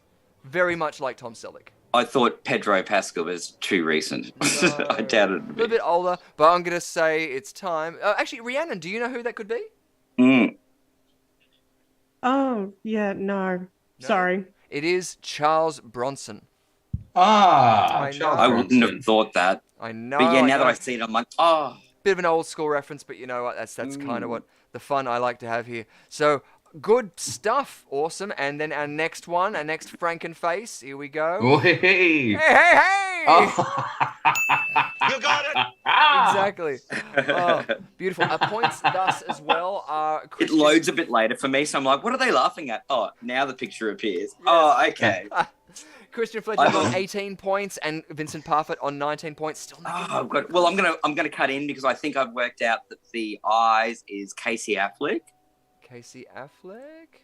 No. Well, it looks like him. Casey Affleck at a Prince-themed night. I'll tell you what, I'm going to give you that. Well, point. I know Prince was the top. Yeah, sorry, that was my next. Yes, exactly. Points. What's the guy from Malcolm in the Middle? Freddie Muntz, whatever his name is. That's Frankie the other Muniz. idea. I'd have for the eyes. Frankie Muniz. Yeah. No, you it's know not who I Frankie mean. Muniz. I can see that though. the teeth throwing me off, but It's him at a Prince tribute night. Well, really. I'll say it's got a royal theme. This one. If we got Prince It's got a on the royal top. theme? If we got a Prince on the top, maybe the others might be princes as well. Gotcha. Vincent, you got any ideas? I'll pass the eyes over Well, to that you. really stuffed me. That stuffed me up because I thought that the bottom half, where the teeth were, obviously I'm wrong, but I thought it might have been Mr. MacGruber. What's his name? Can't think of his name. SNL hysterical person. Will Forte. Will Forte, but I think I'm. Awesome references. It's giving me so many of the faces to make up for in the future. Like, all of these names. It's like, these are all great references. So the teeth are incredible. Aren't they? They're so wrong, but we love the references. Yeah, they're so wrong with our references. I'm sorry, Oh my Kate God, Miller as all I- well, getting nightmares from it. All I see is Casey Affleck at a Prince night for Halloween. That's all it looks like to me. Well, what are some other royal princes that we might know? We got. Well, the mouth, maybe the mouth, Prince Charles. Oh, I'll give you Prince that. Charles. Prince Charles. Nicely done. Oh, points. wow. There you go. And Because the as I've middle learned, one. it's not usually photos that are them front on looking. So that's what I mean. You gotta Yeah, that's think it. about It's not necessarily the ways glamour their photos. mouths are. So I'm going to go Prince Andrew for the eyes. Prince Andrew for the eyes. I do have another one written down here, but we're not pretty much going from the record of mine. So let's get another name from Christian as well to throw in there, another prince maybe that they might know. And we'll see. It won't be Philip because it could be from years ago. No. What did you say, Prince Andrew? All I know is Prince Philip, and then we've got Charles. Let's go Philip. Well, Kate said Edward, but yeah, look, I know nothing about the royals, so. I've got Frederick Philip when he was younger. Prince Frederick of Denmark. Ah. Frederick of Denmark. Ah. Nice. Unfortunately, no points to that. He's married to Princess Mary, who just happens to be the Australian. Hey! They met at the Sydney Olympic Games in a bar. There you go. Perfect. What a lucky girl. I saw all of that, and I'm like, God, I was in the wrong bar at the wrong time. Yeah, I know, right? That's it. So it's basically we're looking around. I was too busy at the Prince tribute night with Casey Affleck. Yeah, the wrong prince. Yeah. Exactly. Beautiful. Awesome. Well, back into our Frankenfaces as we still go in because we have some more Frankenfaces to see. And our next one, which is... Oh, okay. Yeah, this one might be interesting. And it's the three of us. I know the middle one. The three of us. I know the eyes. Yeah? Who's the eyes? Peter Sellers. Oh, gosh. Correct. The hair. Sorry, I'm just like, no, I'm not criticizing. I'm going, the hair. I think it might be fair to say that these are all funny people, then. That's the call I'm going to make because I know what the answers are. Well, it's funny because the hair reminded me of Judith Lucy. It's not, don't take it away. But the fact you said... No, it's not Judith Lucy, but yes, I can see it. I can see it. I thought it was Peter Sellers in the Susan Boyle biopic. Yes! That's Yeah. kind of what it looks like. That's it. Oh. That'd be amazing, by the way. Oh, it would be. Especially if they got, like, the eyes of Peter Sellers to play. Yeah, just the eye section of... We don't want to give them ideas because there's the James Dean thing, like, you know, they're getting the 3D scans of every actor in Hollywood, so who knows, you know. I'm having an idea that Catherine Tate might be the top. Catherine Tate? Oh, great reference. No. Oh, no. Yeah. What an effing liberty. Yeah. So good. The mouth thing, because I don't know how broad you're being, like Australian. I'm not Magda Zabansky, but someone along that sort of era. But it probably might not be. It might be someone a bit more famous than that. So maybe yes. I'm getting Julia Childs, but that's I see Julia Childs. Yeah. If you make a really bad dish, then it's comedy. But yeah, no. The bottom one might be courage. Someone who was very active on Twitter, but suddenly was not because of something that they might have said. Or not Matt Lucas? Sorry? Matt Lucas? No, I was about to say, I guess that's a very broad statement to make in 2022, isn't it? Everyone's doing that. I said something about something, and now it's come back to bite me on the ass. It's not Roseanne Barr. It is Roseanne Barr. Points. And so now who's in the top? The hair. Who could have hair? Who's a funny person? I was going to say, is it like that? Actually, I was going to say Gene Wilder, but Gene Wilder's hair was a lot thinner than that. But yeah, it's a girl, isn't it? It's definitely a lady. No, it's not. Oh my God, that Roseanne photo looks like Linda Chamberlain. No, doesn't it? Sorry, it does, yeah. Yes, it does. Actually, you're so right. It's Carrot Top. No, it's not Carrot Top. No, the hair's not big enough. Oh, that hair's gonna. The hair. It's all in the hair. Maybe. Oh, well, you said comedy, so Margaret Thatcher, but it'd only be a comedy in a certain. I want to even say like stoner comedy. I don't know if that's right, but I feel. Oh, like... not Seth Rogen. Oh, that's it. But sorry, Vince, I might have to give you a go. I think we've exhausted a few things. So. But also, too, this comedian as well made a good segue into Will a very big film in which Margot Robbie was full front nudity in it. Not Will Ferrell or Matthew McConaughey? No. Doesn't have hair like that. Jonah Hill. Correct! Yes! Yes! Oh, points! wow! Nicely done. There you go. Wow, that is so hard to have gotten. I know, right? When you look at the mashup of the faces, you're like, wow. But I've been sticking the Peter Sellers biopic of Susan Boyle, I Dreamed a Dream, will be amazing when it comes out. Oh, that'll be so good. Yes, we'll get Jeffrey Rush to reprise his role. Be so good. Glory be. And I think we do have one more Frankenface. Oh, here we go. Reset our face windows. Let's find out who our last Frankenface could be. Vroom, bang. Oh. Oh. Well, I know the middle bit. Yeah? Avril Lavigne. Avril Lavigne for the middle bit. Correct. Points. Nicely done. God. I know. I'm waiting for it to. There's a bit of a delay on there. I'm waiting for it to come onto the big screen. Sorry, you but haven't I'm having seen a look it yet. Oh, I see. Yes, I'm watching on the. Ooh, I'm thinking phone the now. hair would. Oh, sorry.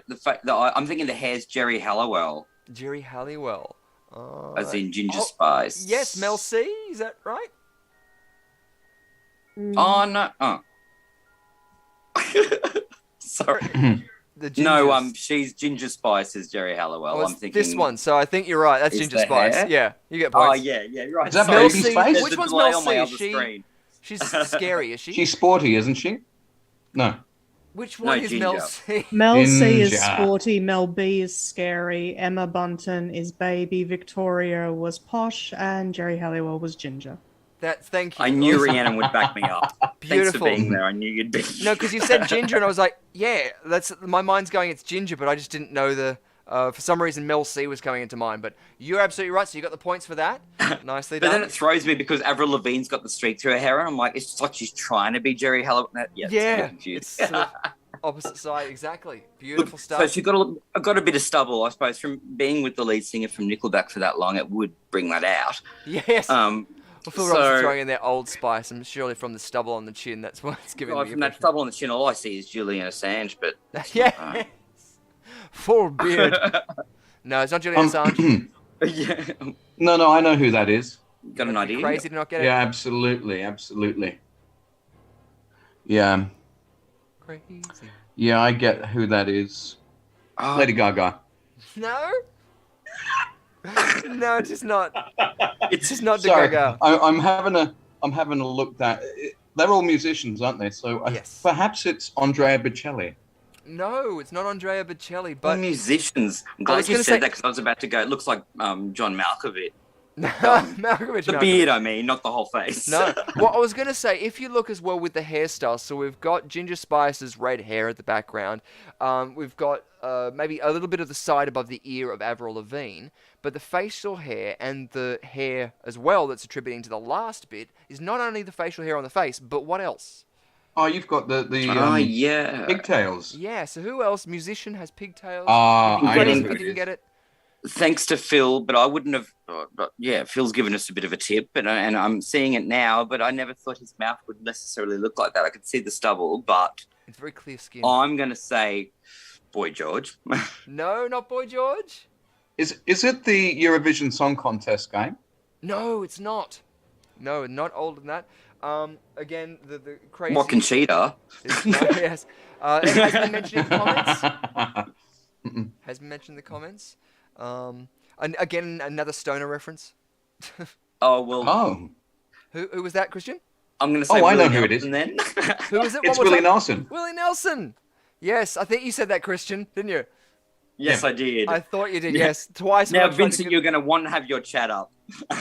Yes. Yeah. I don't rely on it very often, but I do like to hear from the crowd. So. Oh yeah, They got absolutely. it. Absolutely. And I just again- want to say well done to everybody on that one, including Yes. you, Christian, because that's not easy to find pigtails on a man with a grey beard. That's it. Well, that was. I'm obviously- going to have nightmares. That's Avril Lavigne at a Cyndi Lauper concert. That's how I'm. Whole Yeah. photo. That's it. It's great fun. I just love the amount of hair to be able to have all of those different do's at the one time. Like, But would you think she'd dye the beard to match the hair? But yeah. Or grow it long enough that they can tie the pigtails to that. I don't know. Make a whole jacket with facial hair. I don't know. Good stuff. So the game of Frankenface. Yay! Good fun Woo-wee. and great times. Which it's always good. As I go into the background to take that game down. Beautiful. Awesome. Yay! That was a fun game. I like that. That was a good choice, Christian. That was lovely. Thank you. Frankenface. If you're ever stuck, pick Frankenface. It's good when it works out. Exactly. Awesome. And it brought us the Peter Sellers, Susan Boyle doco I never thought we'd be getting. Yeah, exactly. Precisely. I do think as well, I've got to double check, and I don't think I have lined it up, but we have a pop quiz with hot shots that I'm going to see if I can quickly check from see what number we are up to as we're going into the game of pop quiz with hot shots. Ha ha ha ha ha ha ha ha.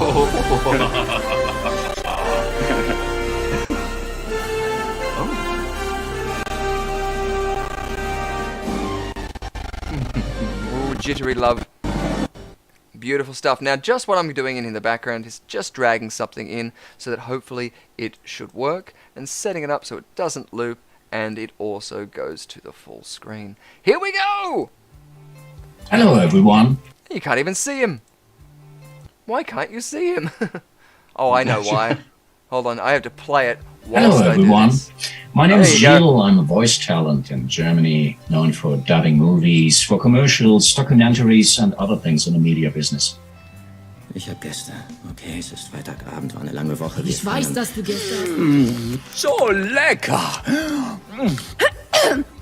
Daisy, deine Mutter und ich wollten auch gerade mit dir reden. Today I brought you a few questions about German movies. So listen carefully to my awful accent and try to find the right answers to the following. How many awards at the German Film Awards was The Lives of Others, a movie from 2006, nominated for? So, how many awards at the German Film Awards was for? Wow. Yeah. That's a numbers question, isn't it? I was going to say, you could throw a dice in the air, maybe. Yes, that's it. We do have a dice that I can throw in the air, but I'm not going to do that just yet. Yeah, I don't want to give in how I answer all the questions. Exactly, yeah. Don't let all of the special tools of answering. All the special tools. They're all in your grasp. Exactly. I'm not going to bring it up yet because it might actually mean that it's going to reveal the answer. But before I do that, let's find out if out there in the chat people might know. Already, they are starting to get to it. I know, confetti. Armand Hassan is putting in what he thinks. And other people are getting it out there as well. Well, I'm going to go with a random number, if that's okay. Of course it's okay. I mean, it's only ever going to be random, so let's go for 4. Beautiful. Locking in 4. He's locking in 4, ladies and gentlemen. Exactly. Awesome. And Christian, what would you be thinking? Damn it, I was going to say the same thing, but because I thought to myself, well, it's at 8. 8's quite a lot to be nominated for one particular festival or award or whatever. So I thought, but then for them to be talking about it, it has to be memorable enough. So I said, let's go 6. Going 6. Nicely done. Awesome. Beautiful. And everybody else out there, this is your last chance to lock in your answer to see if you know what it could be. Again, it's a numbers thing, so yeah, you could really sort of throw out a ballpark number of anything, I guess. I was going to say 1 between 10, but it can really be anything up to infinity. And that's high, and I don't know math, so I won't go into that. But instead, I feel like I've given you guys enough time. I've dragged it over there, so I'm going to have to do a quick thing whilst I reset it. And let's find out from Gilles what the answer is. The answer is 11. Setting a new record at that time. Bloody hell. Rhiannon Elizabeth Irons got it right. Nicely done on our game of pop quiz with hot shots. 11. Wow. That's legs 11. Legs 11. So that was nominated, but not necessarily won. Well, I just wanted to double check. Yeah. Yeah, well, I'm not too sure exactly how many. Winning 11 would be pretty good, wouldn't it? I know, right? Totally. Even just to win 1. Yes. So that is awesome that they've... No, it's amazing, yeah. So that's Gilles as well, who's a voice actor who's, dubbed a whole bunch of different films out there too. So it's very thankful to have him on there as well. Sorry, just deleting some comments. They're still coming through, the spam chatters. But unfortunately, neither of you guys got a point for that, so unfortunately, no. No. But I know, but it's a good chance for us to go into the game that we play each week, which, of course, is the game that you might have already seen playing in our teaser. It's Venkman Burn in Hell.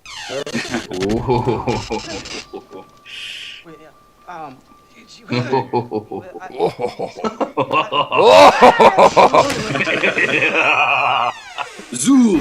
Zool! Exactly. Beautiful. Let me just get our audio over here whilst I've dragged it in there, so we'll be able to play it and see what we got up to at Supernova.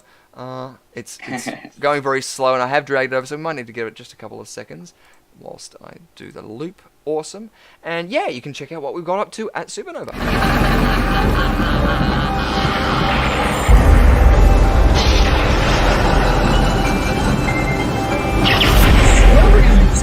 Here we are at Supernova here in Sydney. Aren't you excited? Look, there's so many things to see around here. We've seen Captain America, we've seen Ghosts galore, but you know what? One of the things that really worries me is I just don't know what to do when we find a ghost. What can we do, Rhiannon? Well, we can call these guys. Who are we going to call? Ghostbusters! That's right, ladies and gentlemen, they're here. They're here in Sydney. They're all around the world. You know what? Tell us a little bit about your fantastic organisation.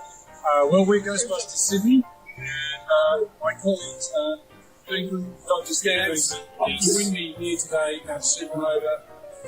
You can see we're happy to see the laughter and lots of smiles on their faces. Beautiful. That's what we like to see, the smiles on the faces out there and all. In fact, why don't we even take this time to test out the ESP of our viewers out there at home? Oh, God, what is I know, and I'm going to be relying on you guys.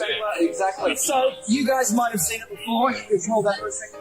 We have our 5 Zeta cards. So, a choice of a yellow circle, a red cross, the blue wavy lines, or of course the black box, or the green star. You don't know which one it could be, because we're 5 cards. Take that one. Beautiful. And hold it up. Don't let the audience see it. Hold it up. Beautiful stuff like that. Now communicate. Everyone, let's all communicate it to the audience. Try and get that across there. Beautiful stuff. Or some might be trying to throw you off. So if you want to know what it is, comment down below. And that's, of course, thanks to Ghostbusters Sydney. You can follow them on Twitter and on Facebook as well. They've got their own Facebook page and getting involved with Queensland Ghostbusters as well. So, yes, that was our tease that happened out there beforehand. So, yes, what is the card he is holding up? You guys can all get into the chat out there. People already have. So, what do you think Egon Spengler is holding up? It's the choice of all those 5 cards. It's, what is it? The blue wavy lines, the black box, the green star, the red cross, and the other one, which is the circle, the golden circle. Ooh, I like the idea of a black box. The black box. I like it. Stop stealing all what I was going to choose. I think I must be picking up on what you're thinking. You must be picking up on my Venkman vibes. Yes. It's because it's pre-recorded. That's it. Yeah, Vinny was holding the camera.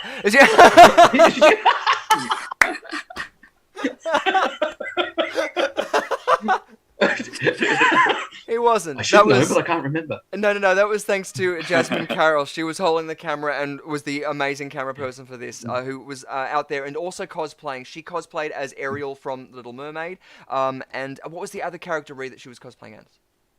Yumiko. From, I think it's Compulsive Gambler. Yes, exactly. Anime.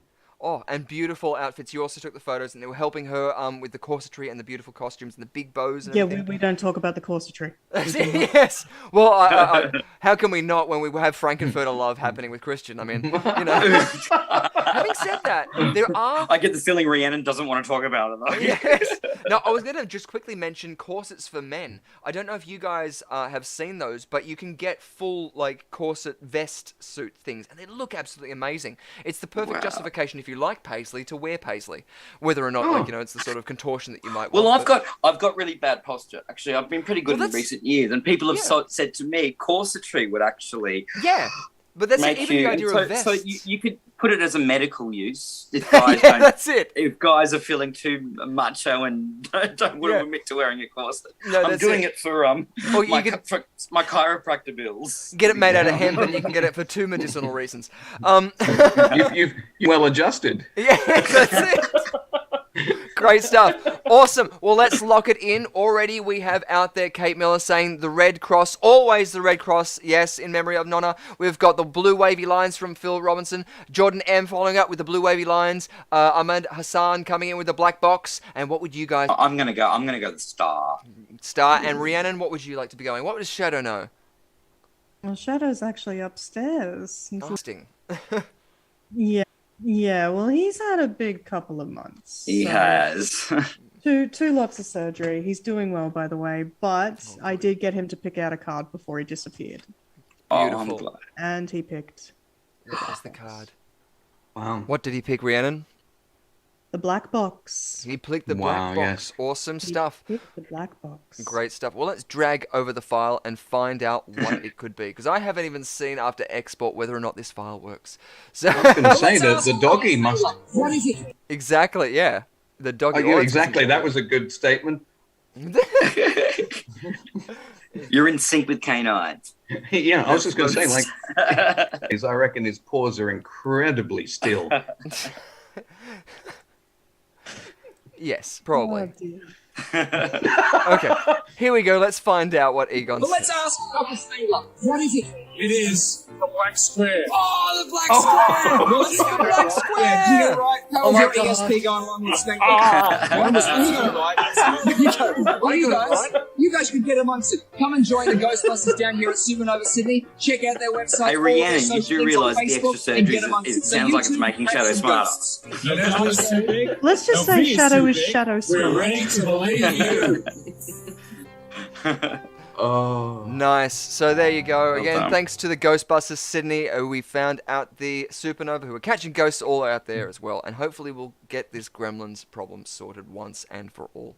So, yay! Awesome! Maybe we should call the Ghostbusters to eradicate the gremlins. Yeah. What a great crossover. If only they were the same. If only. If only. Oh, Disney, Disney will own everything soon, so... No, well, I feel like You no, never that know. needs to be the next, because there was discussions about, like, you know, the Gremlins sequel, and I was like, it should happen in the Clamp universe. Can you imagine if the Clamp, like, bought out the franchise for Ghostbusters, and were like, cool, let's implement this, but they did it even worse than the idea of just going, oh, like, the Bill Murray, let's just make money from it. They're sort of like, let's implement bad technology, or, like, you know, underfund stuff. I think that I've got a great name for the Ghostbusters. Sorry, the Gremlins sequel, actually. Gremlins 3. That they'd never think of it, would they? It'd never be thought of. Mind block. I can't believe the third Jaws movie was going to be called Jaws 3 People Zero. That's great. It might have been the second one, sorry. That's awesome. You're going to have to double check, but I thought, oh, what a wasted opportunity. I would prefer numbers than going like colon new thing, you know, as in like you know, it's fun, but when we're going, which one was the last Spider-Man? I can't remember if it's No Way Home. Homebound. I think it's great. But there's a big thing. I've been thinking about this recently. Like the same. They've been talking about making another Grease movie, and they're like, they always don't like reference to Grease 2, and you're like, you're not going to call it Grease 3. They'd call it Grease the New Generation or something. Grease, you know what I mean? It's never going to be the. Yeah, they never seem to sequelize. Well, that's why I'm surprised Hocus Pocus is calling it Hocus Pocus 2 and not Hocus Pocus: The Return of the Sanderson Sisters or something like that. Yeah, no, exactly. Because I'm the sort of thing who likes, universes being somewhat contained. Even if you go, oh, it's a shitty sequel, at least if it's canon, like, you know, you can work with some elements of that. One of the elements, about the old Jurassic Park thing, they finally, like, retconned the whole Barbasol can, or, you know, the can that Dennis Nedry goes under thing. I was like, you could do this whole spin-off, and it doesn't even need to be, because those embryos wouldn't be viable. You wouldn't be able to do anything with those. But the quest to that, the MacGuffin, is the movie alone, and that would be a far better sequel than anything you're going to go, oh, let's, you know, because as much as we think, it'd be cool to see raptors riding through Rome and shit like this on motorcycles, actually now I want to see a raptor riding a motorcycle. That, make the next Jurassic Park 4 with raptors riding motorcycles, and I'm in. Well, Well, the next thing they're doing another Exorcist film, but it's like what they did with Halloween, Riding where motorcycles to Rome. ignore the sequels. This is a sequel to the first movie. Yeah. So they're actually getting Linda Blair and Ellen Bernstein are coming back for it. Oh, cool. But it's supposed to ignore anything from 2 onwards, even though that's probably a good idea. But you know what I mean? There's that big, like with Halloween, like I was saying earlier to Rhiannon, I love Halloween 2 from 1981, but no, nothing ever happened after Halloween 1 until Jamie Lee Curtis came back 2 years ago. Like, ignore everything that happened in between. That was just a cash grab back then. Yeah. The irony is they're still cash grabs now. Yeah, that's it. It always is. Well, it always has to be, exactly. But thing of going what we want to see and what we want to see more of. We don't care if it's number 3 or if whatever the fucking title says. We want to see our characters that we love and grew up with, or either find endearing, we hate, or we love, or we see self-reflective. Beautiful. But before we go into our last Quiz Arena tournament, is there anything that you guys would like to give a quick shout out? Whereabouts can the people find you? And yeah, anything that you'd like to give a shout out to? Well, I was listening to something with, I believe, both John Ronson and Louis Theroux. And they both have amazing podcasts out. I reckon everyone should listen to them. I think the first one is called Grounded, and it happened at the beginning of the lockdown in England, and it's absolutely fantastic. It's got incredible guests all the way through it. Awesome. And the second one, which is John Ronson's, and it's all on Spotify. It's absolutely fantastic. I just think it's absolutely brilliant, and it's Things Fell Apart. And they are both absolutely clever, interesting, and thought-provoking, just like they do, having chucked themselves in the middle of a sociological unusualness, and it just makes you think. And I think if you've got nothing to do, well, yes, definitely. Share us that link later on, because we would love to hear about that as we're about to go into our QUIZarenaLIVE tournament. Play along at home. All I can do is the Nightmare on Elm Street thing.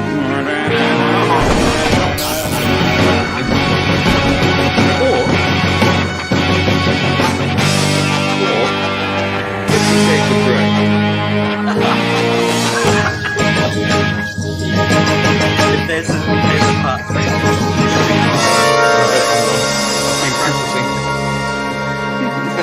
2 from 2009, due to scheduling conflicts. 1. Miranda Kerr. 2. Megan Gale. 3. Jennifer Hawkins. 4. Elle Macpherson. Or McPherson, depending on how you want to say it. Also, points are for our special guests thus. What was it? 1 point for a correct answer, 2 points off for an incorrect answer. Yeah, but the points off is what gets me. I'm glad. I thought you were going to say Elle McFeast when you said Elle. Yes, I remember that show. Oh, so good. I'm going to... I want to lock things in. So we lose points for this, don't we? Yes, awesome. Which would you be saying? Quickly, lock it in. Oh, sorry. Okay, I'm going to lock in. Let's just lock in Jennifer Hawkins. Jennifer Hawkins and Vinny? I'm going to go Miranda Kerr. Miranda Kerr, beautiful stuff. Awesome stuff. And as well, you do have your 50-50s as well, so you can go for that as well. Oh, that's right. So, Christian, you got that one with Jennifer Hawkins. would have been too relevant at that time. Sorry.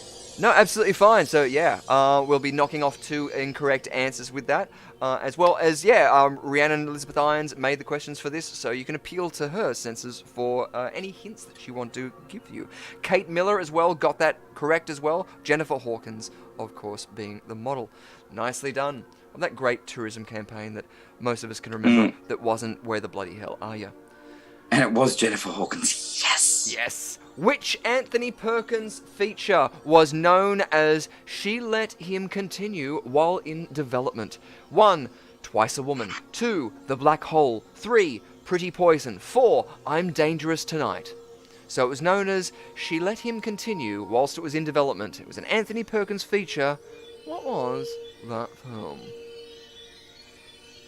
This sounds very relevant to the film I'm thinking of, which is Pretty Poison. It sounds very similar to the plot / Nice.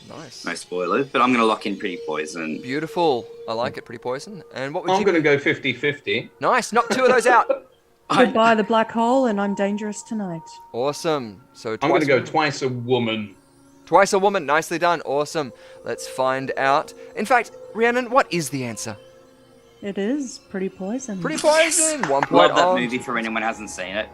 Love it. Tuesday Wells is amazing. Awesome. And I love seeing Anthony Perkins post Psycho because you're like, oh, they let you out. And That's it, yeah. Well, it was actually his role out as to do more Dennison shows. that stereotyped him. Oh, Yeah, cool. same with Janet Leigh. I'm baffled when I see her alive after the shower. Yeah, that's scene. it. Ahmed, Phil, and Jordan all got that correct as well, so congratulations out there. Nicely done. I know, I loved that, and I love Psycho 2, especially the fact that the murders are happening and he thinks he's doing it. Oh, it's so good. I know.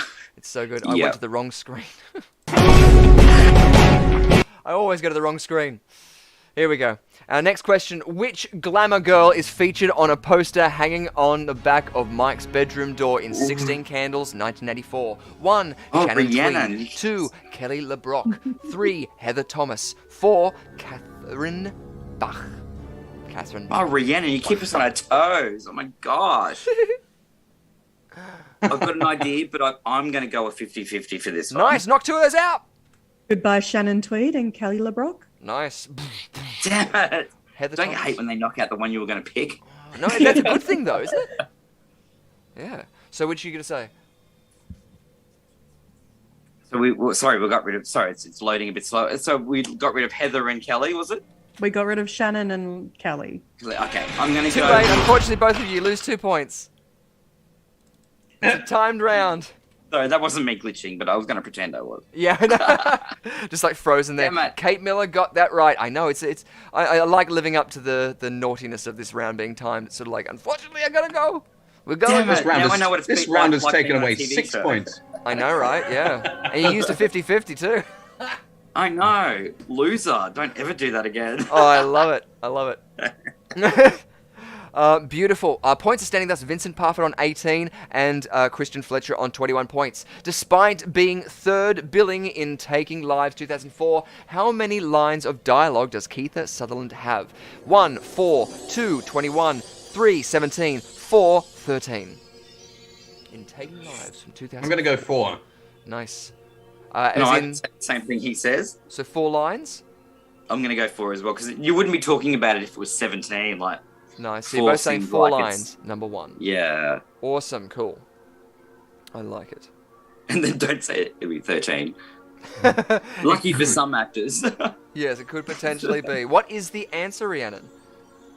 Oh, you should have gone with your first instinct, Christian, because it's 17. Oh, no. Oh. How many questions I've got wrong He was tonight? actually only on screen for 3 minutes, though. Oh. You're speed reading. Nice. Yeah. Yes. It could potentially be. So 17. Unfortunately, nobody got that out there. I don't mind a fast-talking Kiefer. Yeah, that's it. Yeah. As long as you can understand it. Oh, Shouldn't the movie be called... Flatliners. I want to see Shouldn't the movie be Flatliners called again. Talking Lines, not Taking Lines? Yeah. Anyways. See, that's Flatliners is the whole idea about Reanimator. I found was that whole plot. It's the same discovery they're trying to make, pushing those boundaries of seeing how far you can be dead. It's great. That same sort of mentality that is the dichotomy in Herbert West's sort of psychology. Anyway. The idea of flatliners for me is, sorry, you've got to go quick. No, you're right. Which movie created the idea of cameo roles as a way of inviting established actors to participate in a production? 1. The Greatest Show on Earth. 2. The Great Race. 3. My Fair Lady. Or 4. Around the World in 80 Days. It's definitely not 3.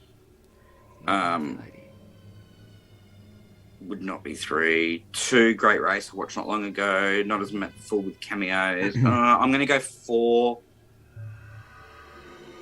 I'm going to go 4. That's me. Awesome. And I'm going to go number 1. Nice. The Greatest Show on Earth. Beautiful. Nice. Good. It's a good thing, too, that you've locked those two in there. Why was you avoiding My Fair Lady?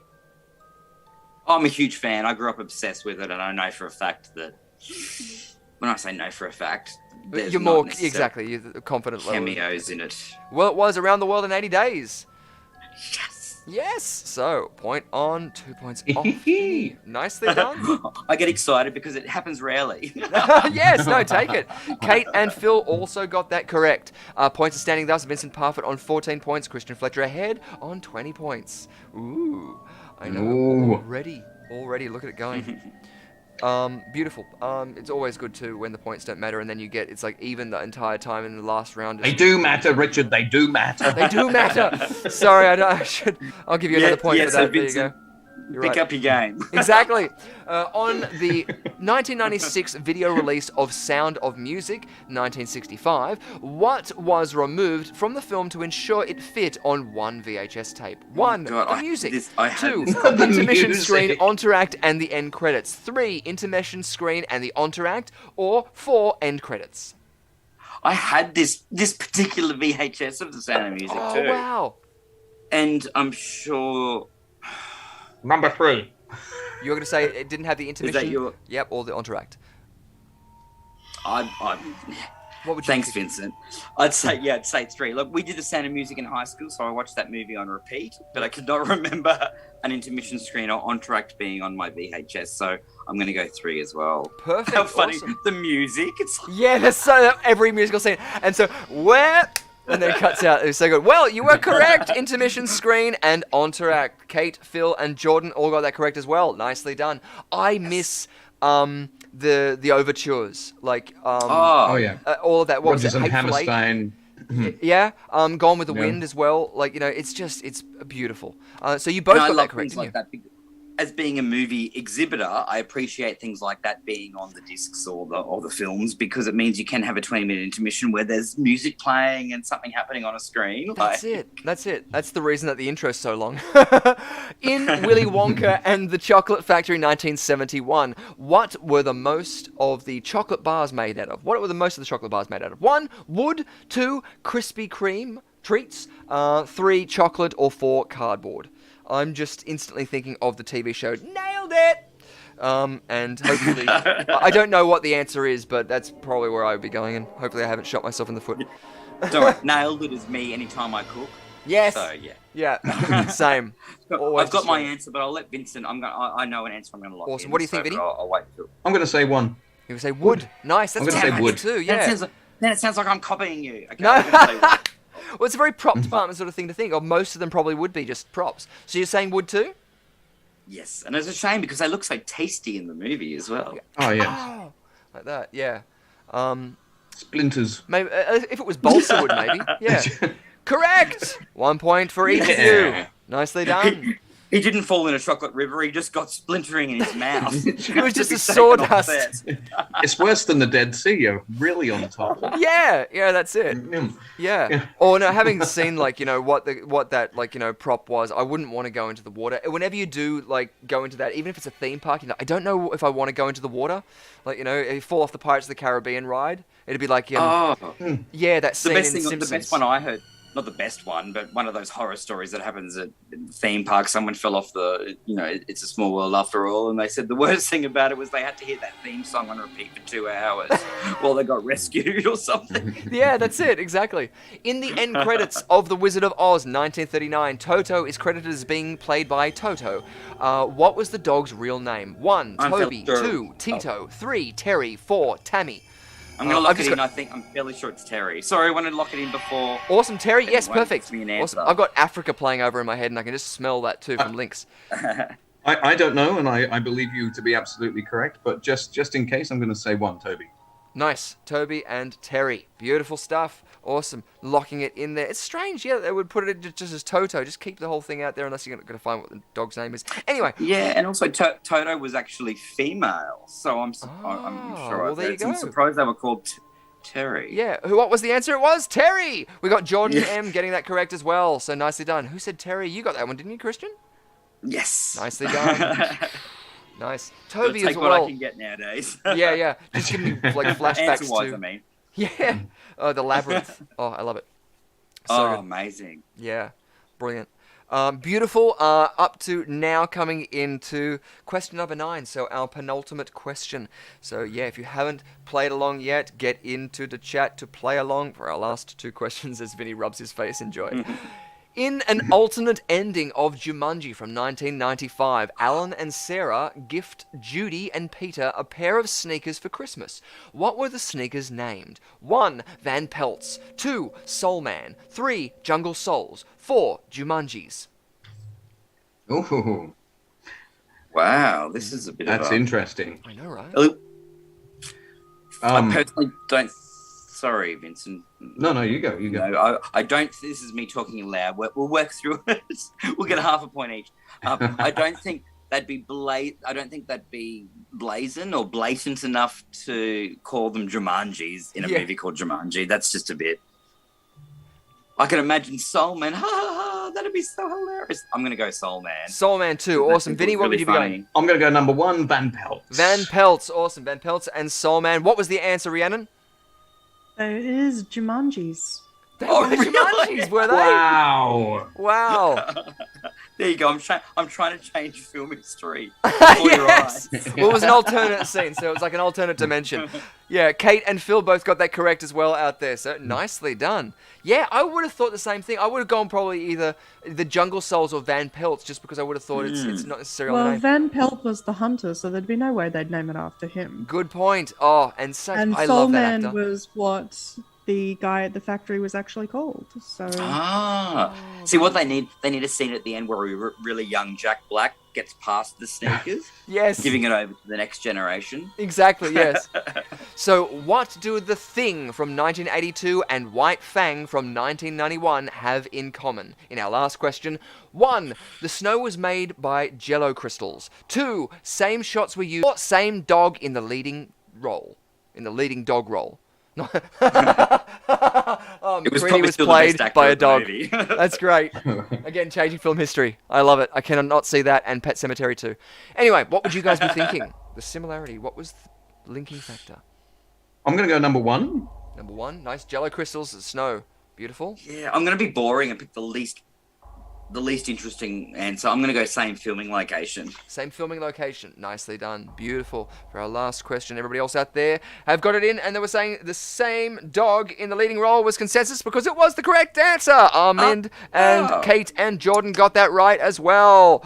Well done. Probably the best actor in both films. Yes, that's it. Yeah. I've only seen one of them. I won't tell you which one I've seen. Yeah.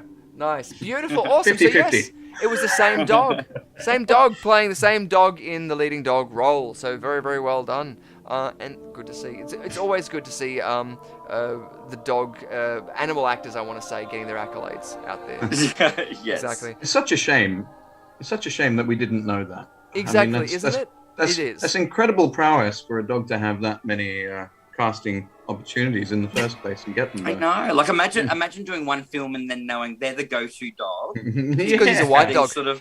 Anyway, our leaderboard says that we have coming in 4th position Ahmed Hassan with 2 correct answers. Coming in 3rd, Jordan M with 4 correct answers. Coming in 2nd, Phil Robinson with 4 correct answers. And coming in 1st place, Kate Miller with 6 correct answers. Woo! Well done. Congratulations. You guys have been fantastic. And thanks for letting us, or me, cheat a little bit.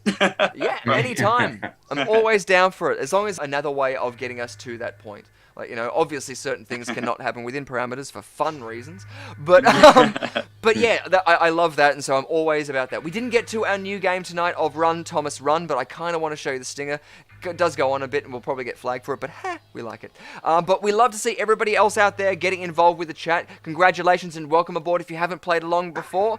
The questions might be hard, but you know what? It's a bit of fun out there playing along, and you guys definitely know your stuff. Especially with, first position getting 6 correct answers. Very, very well done, because I don't know if I would have gotten half of those. So, yeah, because we're getting to the end of our season now, it's getting to the end game of hard questions. And we only have 1 more episode left. I think I'm correct in saying that. And hopefully our next episode is going to be a little bit of a different change. We're not going to be necessarily just being maintained to our live stream format. We're going to try and take it into the real world scenario and be hosting it at a live venue. So hopefully you'll be joining us on the 7th of July as we're going to get out of this little boxy world and be doing it with some real people out there. Hopefully they'll be giving us some woots and hollers and hopefully no glasses. Out of the box. Exactly, yeah. Exactly. So, yes, hopefully you'll join us for that one. But before we do go into that, I am going to quickly show you the stinger because I want to do it and I set it up really quickly before. So this is their stinger for the game of Run, Thomas, Run.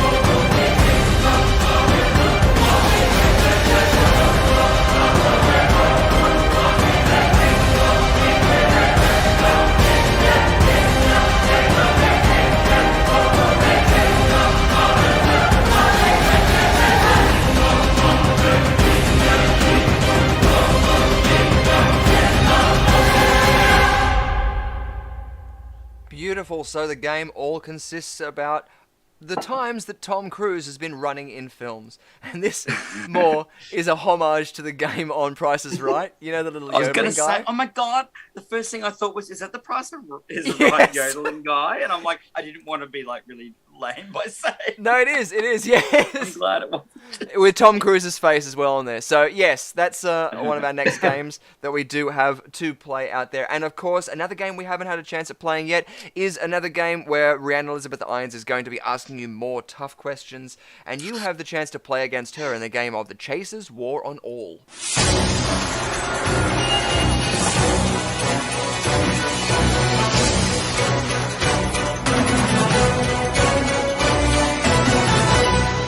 This game, it would be very simple. You would have the chance at 7 points, or you would be able to go for a higher choice, in which case, like, you know, you might go up to here and Rhiannon could offer you double points, you know, for it. Or if you wanted to answer less questions and be further away from her catching up to you, then you might get less points. So it might even go down to 1 point, 7 points. But that means you would have to answer 5 questions from Rhiannon Elizabeth Irons, and you would get 2 chances if you started here to get 2 questions wrong. So you would always get that chance at accumulating 7 points. And it's a team building sort of exercise. So the chances are abound. And a lot of fun out there, and who knows if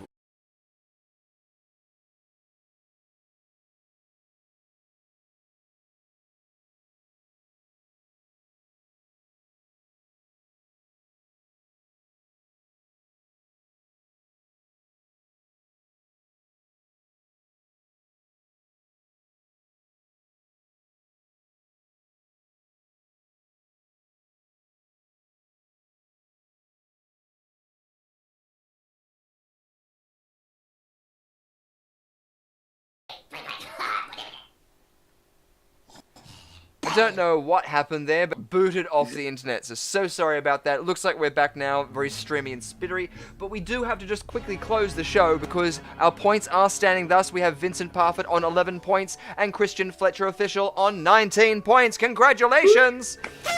Nicely done. Woo! Beautiful work, and thank you guys so much for rejoining us again. It's been so much fun. You guys are amazing, and we always get talking about so many sidetracked things, so we have so much fun. So love to have you guys back in the future, and it's always a joy. Whereabouts can the people find you out in the world, Christian? Yeah, best to go to Christian Fletcher Official. It sounds so wankery, but yeah, I got hacked last year. So Christian Fletcher Official on Instagram, but head to christianfletcher.com. That's Christian with a KR. christianfletcher.com, and there's all sorts of things happening around the place, whether you're based in Australia or Queensland. I'm also do a lot of online events as well, so we'll hopefully have something up your alley very soon. So thank you. Beautiful stuff up our alley. Keep it under the covers. But thank you so much, Christian. And Good Vincent, segue. Yes, exactly. Vincent, whereabouts can the people out there find you? Christian Fletcher, spelled C-H-R. Oh, yes. Yes, I love it. You'll be in for a shock. It's a guy who sells armor. I've already Yeah. No, I actually am still trying to find myself. So, you know, we'll get there. Don't you worry. We'll get there. Good. Oh, good. Sorry, I'm just deleting messages as they're coming in. What, the ones from Vincent? Yeah, I will. Yeah, that's who it is. That's who's doing it every week. Yeah. Just getting edited out at the moment. Yes. Exactly. Oh. Beautiful, awesome, beautiful. Well, thank you guys so much again. It's so much fun to have you guys along here. And of course, I do want to extend that thank you to everybody else out there in the chat. We could not do it without you. It's so good to see you guys back here every week, and we love to see what you guys are getting up in, and also the little nuggets of awesome news that Phil is dropping in there too, giving us more things to Google as well out there. And Jordan Emery joining us as well, and Kate Miller. Always good to have you guys on here as well. So thank you guys so much, and beautiful stuff. But of course, Rhiannon Elizabeth Irons, you're here as well. And thank you so much for our amazing questions tonight. Very hard ones, but even the people out there were loving it too. And thank you again every week. No, you're welcome, sweetie. You know I'm only ever a call away. Of course, of course. And we still have one thing else as well to go into as well. Just after this, we have Under the Covers. Are you ready for that? Yeah, I have a feeling I'm going to be screaming my safe word a lot if all of you are joining me. Haven't we already been under the covers for the last hour? I know, right? Yeah, in and out of Under the Covers, up and down. It's exactly. Just when you get under the covers, do not think about Peter Sellers playing Susan Boyle. Oh Jesus! Now I'm gonna see that. Oh no! I'm never. It's all I can see. You've just done the whole Margaret Thatcher naked on a cold day from Austin Powers thing to me. Great. And I just lost the game. Thank you. Awesome. Well, Rhiannon, what can we get up to tonight? Well, I know what I'm going to be getting up to tonight, and it is going to be talking about, no, this ain't Ghostbusters. Woo! Awesome. Well, let's give him a teaser. What happens under the covers doesn't always stay under the covers. Join QUIZarenaLIVE host Richard Lovegrove and erotic author Rhiannon Elizabeth Irons for a night of debauchery as they give in to dark desires.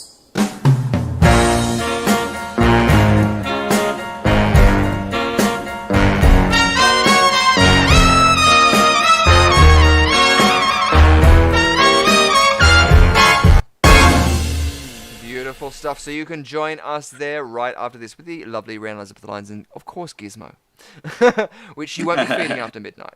But again, if you haven't used those vouchers too, you still have 2 hours in New South Wales to use your Dine and Discover vouchers.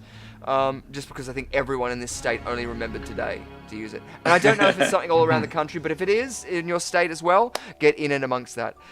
Beautiful stuff. Well, thank you guys, and thank you everyone out there. It's been an awesome night of fun, frivolity, and it's always been entertaining. But you know what? We'll be back same bat time, same bat channel, hopefully real time in the flesh, and you'll be able to play along with us in a real venue. Here on the Quiz Arena Live, only on YouTube. Thanks so much, guys. See you Thanks, then. guys. Thank you. See you next time. Yes! Wiggly up!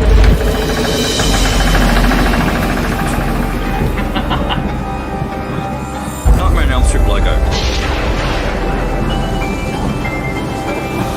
Welcome to Prime Time, bitch.